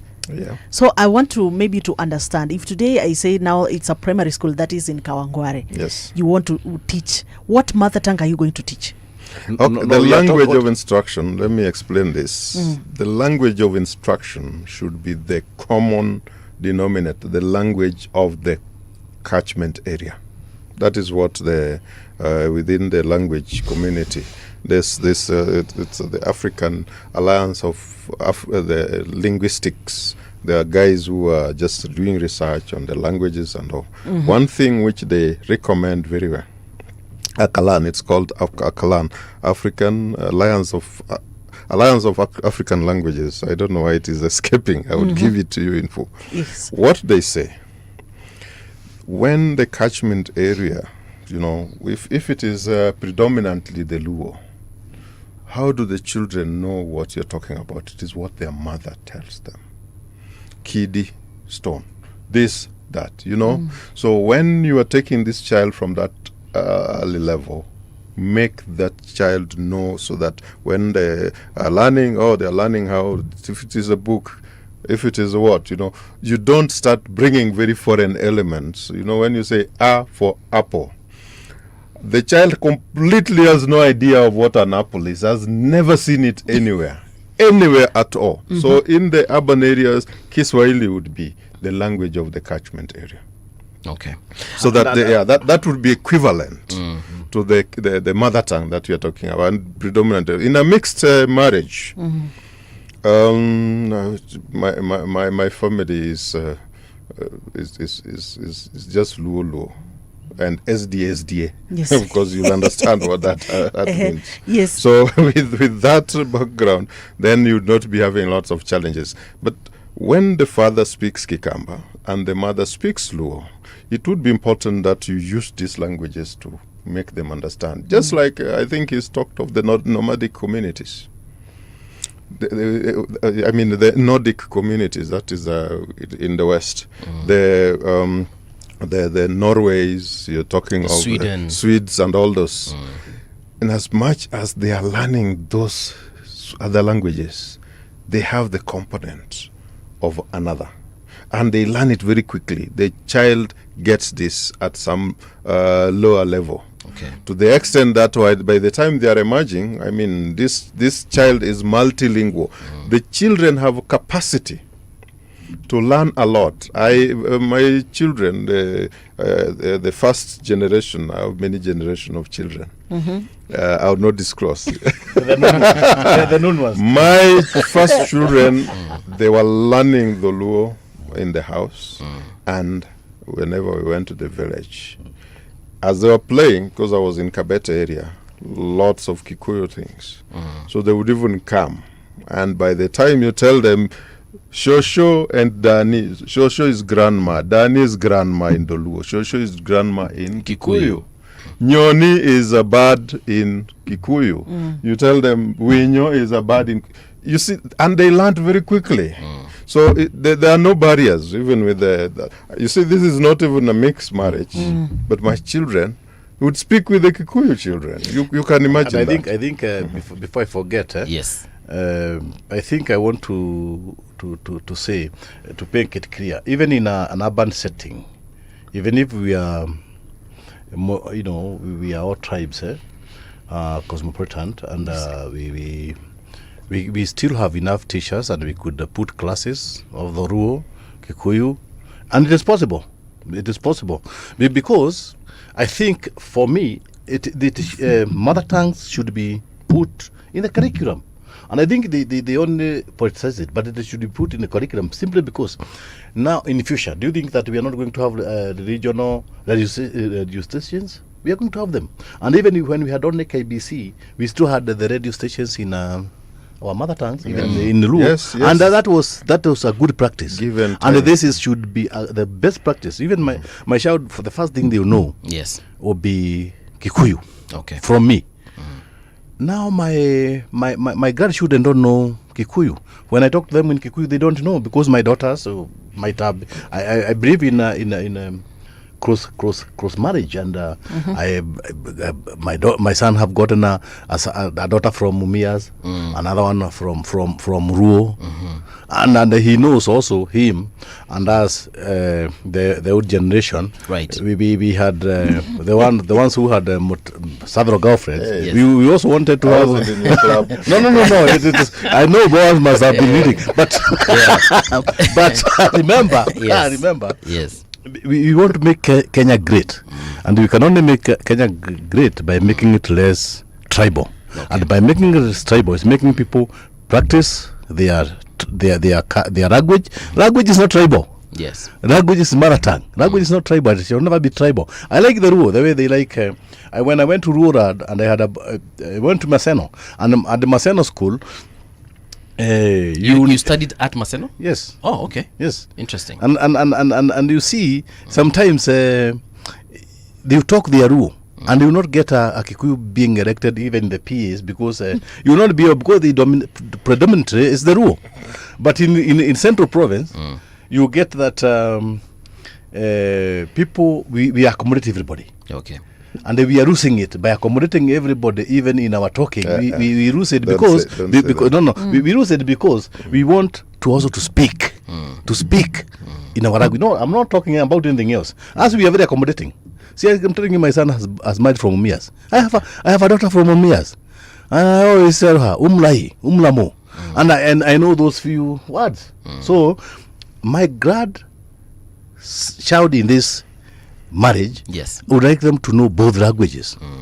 Try as much if you are in the close marriage, Yes. to make them understand both languages, because once you get to the grandmothers from the other side, you know. But in education also, that's what we are saying. In education also, yes, it should be important that this is engraved in our curriculum.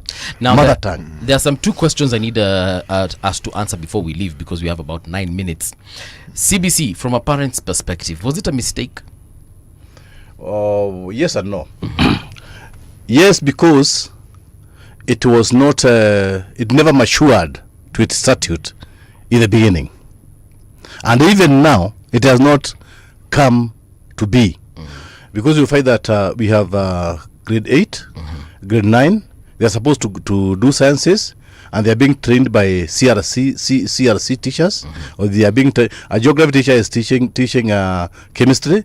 This is unheard of. It has never been that. It's only in Kenya that happens like that in CBC. So it's dogmatic. CBC was a big mistake. Okay. In its inception, and even now, if they are not going to cultivate to make it be real, we are going to lose a generation. It's going to be an academic genocide. So I think we have a lot of teething problems that never had. Yes. A child doesn't grow teeth even at the 15 years. So I think the government should put up its socks and make sure that we have equipment that matches the CBE. Because we don't have. Because like now we don't have laboratories. Yes. In some primary schools, they will go to a distance school to do some physics. Yes. And it's supposed to be there. And this is supposed to be applied. You know, CBC is supposed to be applied. And if it's applied, then applied should be commensurate with what they are running. So I think it is. Let me become academic, then I break it down. All right. Please do. Both the theoretical framework and conceptual framework of 844 and CBC are the same. Both the theoretical and the conceptual? Conceptual. Conceptualization. Okay. Why this? Theoretical. Why this? Because it is, they are trying to come closer to what Paulo Freire said, that you do education not through the banking model, where you are just pumping knowledge into some empty vessel, but by engagement and practical orientation. That is the modeling. What happens? It is the implementation. 844 began very well. The first group, the second group. Subsequently, by the fifth group, the practical components of 844 were washed off, watered down. The art and craft gone. Music gone. Allow me to just stop you on that point. Yes. Because I remember when they were scrapped. Fortunately, I had already skipped that part. I already done them, but the people behind me did not get to do them. Yes. At least they were optional for them. At what point did we decide as a country that we needed to get rid of art and craft and home science and now that the Constitution 2010 was not there, so there was no mandatory requirement for public participation. So it was those in the top leadership. Among the issues that they were looking at, they are saying the funds that they were holding, and it was centralized. They were not very quick to release money to go and get the equipment required, the training of the teachers that are required to deliver on those components. So when you say the optional aspect also has been part of the challenge. When you make something optional, it means they have a choice. It is not mandatory. I can go for the things which are now easy to do. I forget about the home sciences, the art and craft, the music, unless my interest is there. But you can also be having an interest, but there's no teacher trained for you. So basically, we washed off the component that would make it tick, because that is a McKay Commission recommendation, the 1981 Commission. They said they were actually set up to explore the avenue for establishing the second public university, which became Moi University. And that university was supposed to be the citadel of 844's vision. In terms of now, how do we get children who, when they arrive at Moi University, they are people who have been used to the practical nature of learning. That's why 844 was done. But you see, by the time they were now reaching there, all the 844 things in it had dissipated, had gone. So similarly, and because even the teacher training that was supposed to be done, because you train teachers to sustain that system, it was not done. Fast forward to CBC, the same conceptual framework I've told you, theoretical framework, the fact that we want really to have these learners to be more practical. The first things first, do you create teachers who deliver the curriculum? Have you seen the problems we've had with just having the teachers? They call them now, we are doing retooling. Elimobora really went and even checked how the retooling was being done. You bring some instructors with some slides and they say, that is what we are told to share with you. That doesn't help a teacher really to reorient. So that retooling process is, allow me to use this term, bullshit. Yeah. So that whoever, I think because then that I'll need to unpack that. I can unpack it. Yes, we shall unpack it. Yeah. After doing that, at the school level, JSS transition taught us a bitter lesson. These guys are ill-equipped, ill-prepared to handle the CBC as is designed. The design is good, appropriate, but nobody wants to listen to the detail, the default. The default is where everything within the system operates optimally. So they do not want to do that. You deploy a CRE and English, a teacher of English. This is the only teacher in the junior school. Okay. What are the subjects being taught at junior school? There's chemistry, there's physics, there's biology, and there's maths. How does that teacher come and do this? And as he's saying, we are ill prepared. And I think unless something is done very urgently, this is tantamount to academic genocide, and we are losing a generation. We are losing a whole generation. And I'm telling you, even I was talking to the teachers in our secondary schools, actually our secretaries in the organization or the National Parents Association. Okay. And we talk to them. We engage one-on-one, and they tell us they are not prepared. And even now, as we revert back to senior school, yes, we don't have facilities. We don't have facilities, and they can attest to that. And you see, everything else is being prioritized. Today in the morning, we are getting I don't know how many billion to start a factory of vehicles from Japan. That's not the priority. Was it 20 billion? 20 billion. Yes, it's about 20. 22. It's 22. I had. It's 22 billion, and this one is going to hurt to waste. Because if anything is not going to be put in education, we are going to have it into the drainage. Simply because we don't have the capacity. Because if we are not, CBC is what would have given us the capacity to equalize with the Japanese and the other countries like North Korea and other countries that we were together in the 60s, and now they are far above of us. Because they did the recruiting he's saying is pseudomonas, that for lack of a better word. Okay. Is fake. So I think I call it bullshit. I repeat that. He called it BS. Pseudomonas is even serious. It's something that is a non-starter.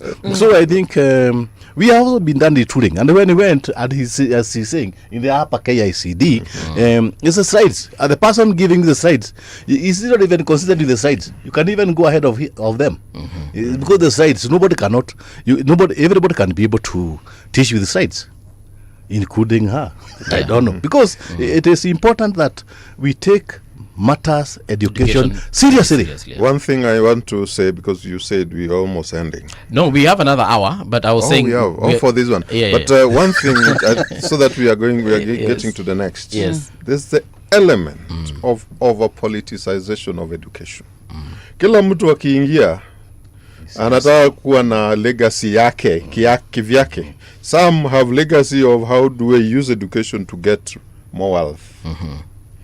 Some have, like Moi. No, they go school. Remember they go school. Those are the details. When you want to make, that's why you say funds are not enough, but you transfer those funds to ghost schools, non-existent children, and all that. 33 schools from the Auditor General's report received millions of shillings. That's capitation. So when that happens, it means you are actually the over politicization of the education system does not allow for implementation of these recommendations. McKay Commission report with those recommendations on how to establish 844 and Moi University to be the apex of what excellence would look like in 844.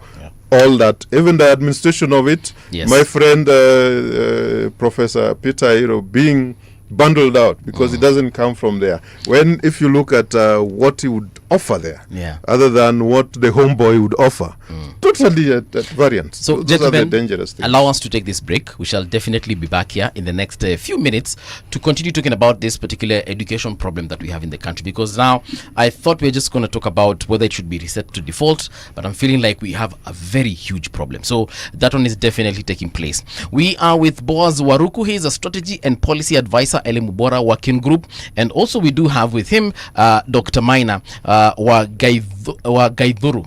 He's a Secretary General, National Parents Association in Kiambu and the Central Region. Don't go too far. We'll be right back. Radio generation, the sound is fine. Pump it up, turn it high all the time. Let the music move you, let's sway. Radio G's got your jam all day. Radio Generation, the home of urban soul.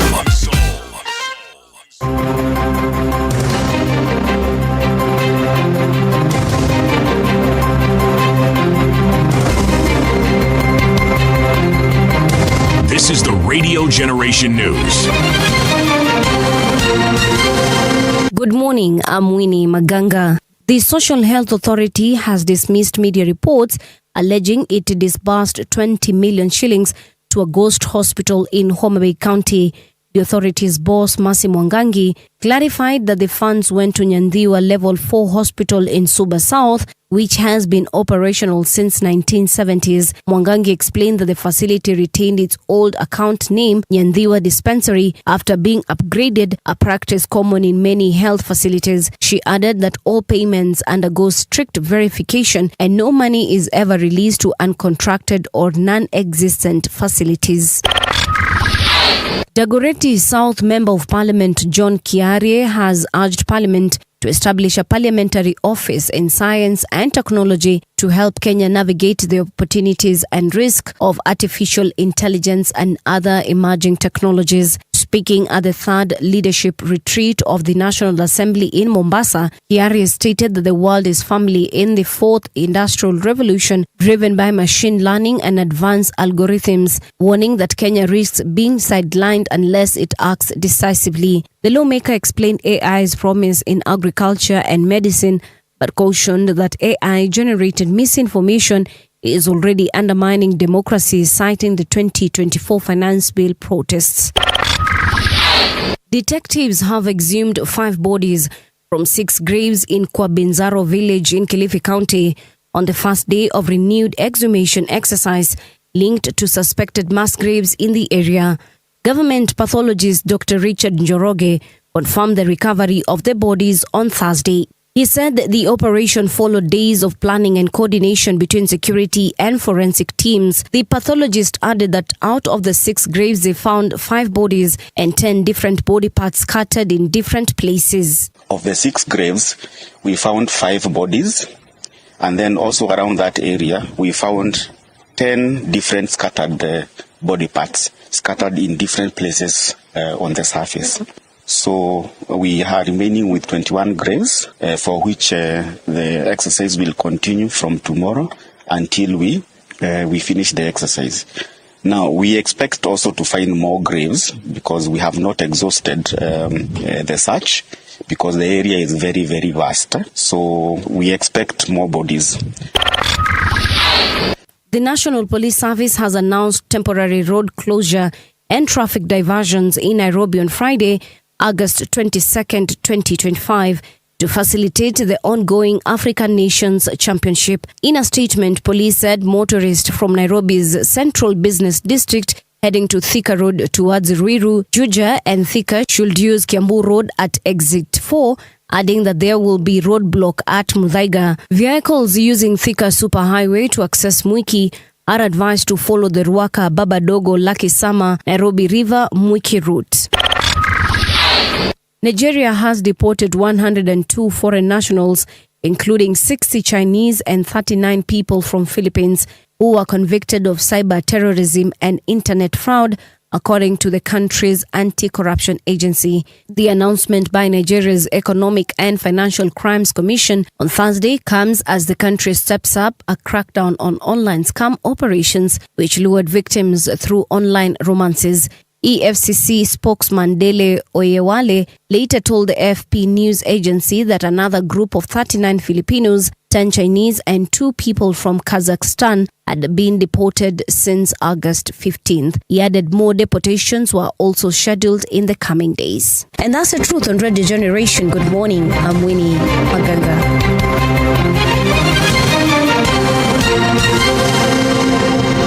The views and opinions expressed on this program are those of the guests and do not necessarily reflect the views of Radio Generation. Radio Generation assumes no responsibility or liability for the interviewee's views. This is Radio Generation. In the beginning, there was morning radio. But now there is Radio Generation's The People's Breakfast, curious and bold, getting facts from the shadows. That's what it is. Now, as the city wakes and secrets stir, a bright new voice shines. The People's Breakfast, your morning, your voice, your journey. Good morning. Good morning, my neighbor. Welcome to the home of hard truths and bold insights, Radio Generation. A very good morning to you and welcome back to Radio Generation. If you're just joining us right now, karibu tena sana. It's 6 minutes past 9 o'clock. And in studio, I'm with Patricia Waywa. But most importantly, we have guests and the conversation is around the education system and whether it should be reset to default. With me is Dr. Maina Wagaidhuru. He is the Secretary General, National Parents Association, Kiambu and the Central Region. And of course, next to him is none other than Field Marshal Boaz Waruku, a strategy and policy advisor, Elimu Bora Working Group. In the previous hour, we've spoken about a lot, and we ended just talking rather about CBC and whether it was a mistake. And Daktari umesema it was a mistake, yes or no? But I feel like you're inclined to more of it being a mistake. Yes, because than as anything Boaz alluded to it, yes, and in agreement, is that we are ill prepared. And I think we still have time. It's not lost, because as I spoke to one of the national schools, one of my secretaries in the national schools, she told me that they are well prepared for the grade 10. That they'll give them a lot of ample time. They know where they have not been taken through. So you can see we are taking the back to somebody else they are supposed to continue, but I think a lot of time will be wasted now trying to orient them to things that they were never trained, and they were supposed to have been trained in the grade 8, grade 7, the sciences, because as we said, the teachers, they are not enough staff. We did not have enough teachers for sciences or for any other subject in that matter, because we could find a school with 2 teachers. Supposing one is the head, the principal of the JSS or the JS, and the one is trained in English, the one is trained in CRE, and they're supposed to manage geography, mathematics, home science. I was under the impression that teachers can teach all the subjects. No, it is not true. Even in the university, and we have gone to the universities, you specialize in your area of discipline. You are not taught everything in a nutshell. So I think it is important for the government to put up its socks again and try to make sure that schools are fully staffed with teachers that are required for every subject. And also the books should not be commercialized to some people in Jogo and other places, so that we are having books that are not even necessary. Now, sorry, maybe just to ask why we have that understaffing in terms of teachers in the schools, yet we see that education is one of the key aspects or sectors that has been given the biggest budget in our allocations. Yes, we've been giving education the biggest allocation. So does it mean that if we did not have these corruption issues, the ghost schools, whatever we have could be enough to ensure that we engineer education in our country? Not even that. We are dealing with a situation that education has not been given any priority in our country. So what we are trying to say, being I want to speak like a layman, is that let the government prioritize education first. And if education is prioritized, and then we remove corruption and vested interest by politicians, because the vested interest is what has brought education to higher places. It's what has brought the ghost schools. And the ghost schools have a lot of children, and the competition. Their competition never gets it. Where do these billions of shillings go? Let me give you some statistics which would make you feel what is up, because I think her question needs to be broken down into 2. The first is on the accountability of the resources. True. The second is whether what then is allocated, do we use it for the needs? In other words, is it applied to the needs? Are we building what should be built? From 2023 to 2024, we had an allocation of 628 billion. Yes. Billion Kenya shillings that financial year. 2024-2025, 685 billion. 2025 now to 2026, 701 billion. Colossal amounts. Yes. Does it reach the destination? Not all of it. Confessions by public officials, but also go to the Auditor General's report, 2024. The Auditor General report will tell you that not all the amounts allocated for capitation ever reach the school. The maximum that reaches is 15,000 per student at the the secondary school level. And in that case, sorry, I am that animal that cries a lot. It's okay. Because it becomes bad. So the allocation, Auditor General told us the reports that there are schools that received 10,000, 11,000 out of the 22,400 expected for a whole year. Those who received, the largest received 15,000. That's per head of the students. you're starting to ask then, where did all this money go? But even that which reached the school, the controller of budget also told us, and using the same report, you'd see that some of our heads of schools decided that let's allocate some for our own welfare and benefits. That's where Kesha comes in. Yeah, Kesha, the Kenya Secondary School Heads Association, that's a welfare body. Schools transfer more than $1 million annually to that Kesha. Okay. Why? So that annually they go for their retreat in Mombasa and every other place. And I'll tell you one bitter truth. Yeah. Maranda High School, because it is in the record, they transferred 1.7 million. The year 2024, that was 2023-2024.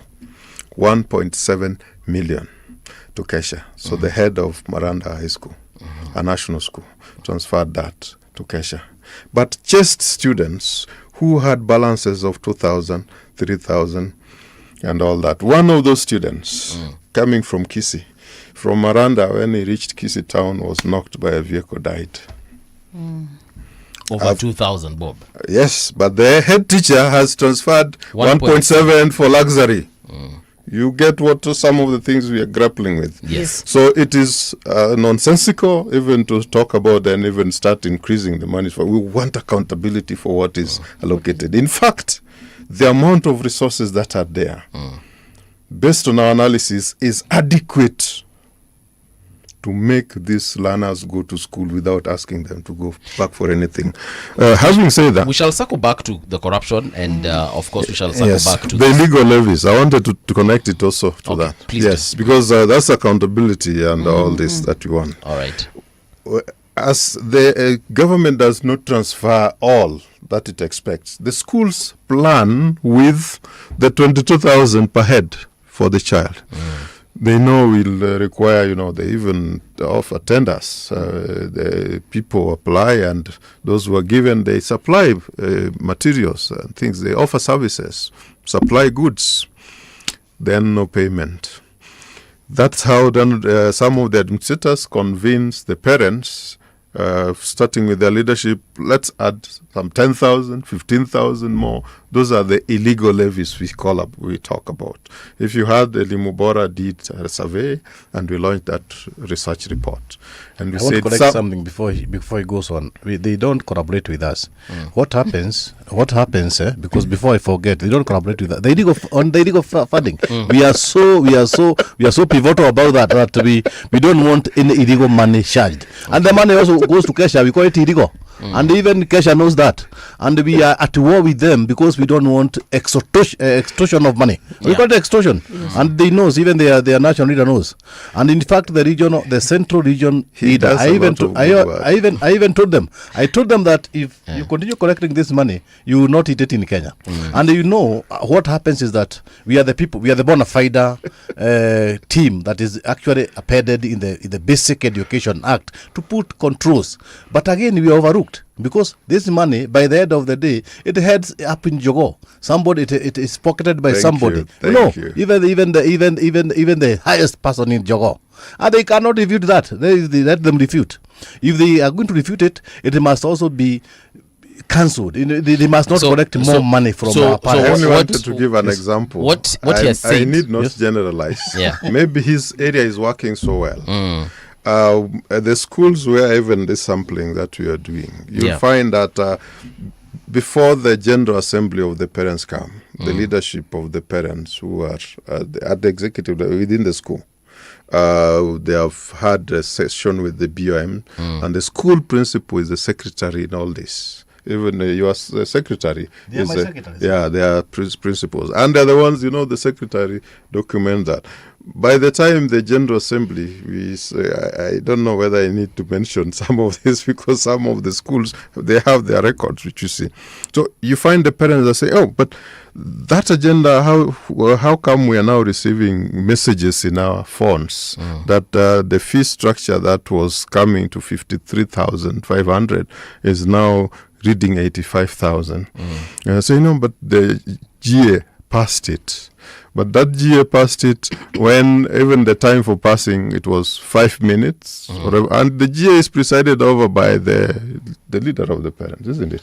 The General Assembly. Let me tell you what happens before we Sure, go on. sure, please. What happens? We have two. The highest organ is the AGM in a school. AGM, and the AGM, just like in a corporate organization, because we know it's corporate and there is money. But the teachers are very shrewd. They are my secretaries, but they are very shrewd, and that's where we go antagonistic, and we don't even mince our words. And we have given a warning, especially now in primary schools. Yes. Anybody who collect money for admission, we don't have fee as admission. And I even give our number to the parent who are listening so that they can call off, just to know that our secretary is asking for money. Yes. That is illegal. That is extortion. We shall involve ACC. Because if ACC has teeth, then they should go to the secondary schools. And you know, it is orchestrated by the sub-county directors of education. Okay. They have some instructions from Jogo. And I don't know, Jogo has some instructions from some other offices. Okay. I don't know where. I think you are living in a banana republic, whereby things are done in a way that the organized NPA, the National Party Association, is put aside when these things are done. And they take us for an enemy when we talk about this. And then the only unfortunate thing is that we are approved by Parliament. We are enacted by Parliament, by the Basic Education Act, Section 55(2). That there shall be a national parent association. Yes. I want to advise my brother. There's something that they need to be doing. You know, I'm part of your independent eye, and because we work with the NPA, the National Parents Association. Okay.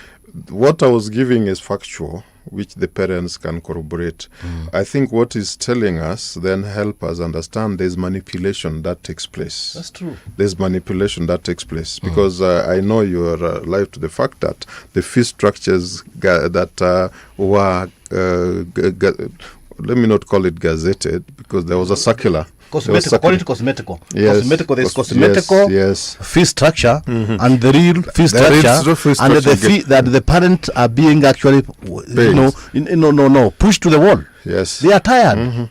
Because you see this rhetoric that education is free, then you find all students. There are times I put a student in my car and take them back to school. I say it is the interest of the parent association, not the government, the parent association, for this student to continue. And our constitution is very clear that accessing to education is the key number one. Yes. So even the policy of the ministry is that accessibility of education is pivotal for running. But on paper, that is what it says. That's what I'm saying. But on the ground, ground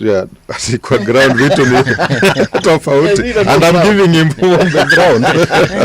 I'm giving him from the ground because, by the way, I'm not cooking these things up because I can give you the reports on even the analysis we've done. So I'll agree with him to the extent that there could be manipulation, because how come then the circulars which indicated this is the fee structure, then finally the parents are paying huge amounts beyond, but you trace it back, you'll find the secretary who is the school administrator, the head of the school, has minutes saying how those ones were passed, and those same minutes manipulated minutes. Then we take to the county director of education, who acts on behalf of the cabinet secretary, so as to they doesn't approve. Yeah. When it is stamped by the secretary, they find it to be raw. Let me wonder. When they stamped by the secretary, when they take it for deception, then they start charging the parent. Jogo has never approved. There's no way you get the PS. They will never approve. But the teachers will take upon themselves. I'd like Boaz to finish. So that I finish that. I'm giving you the on the ground facts. And by the way, I advised that let the national office and the county offices of the NPA be present in those general assemblies, the GS or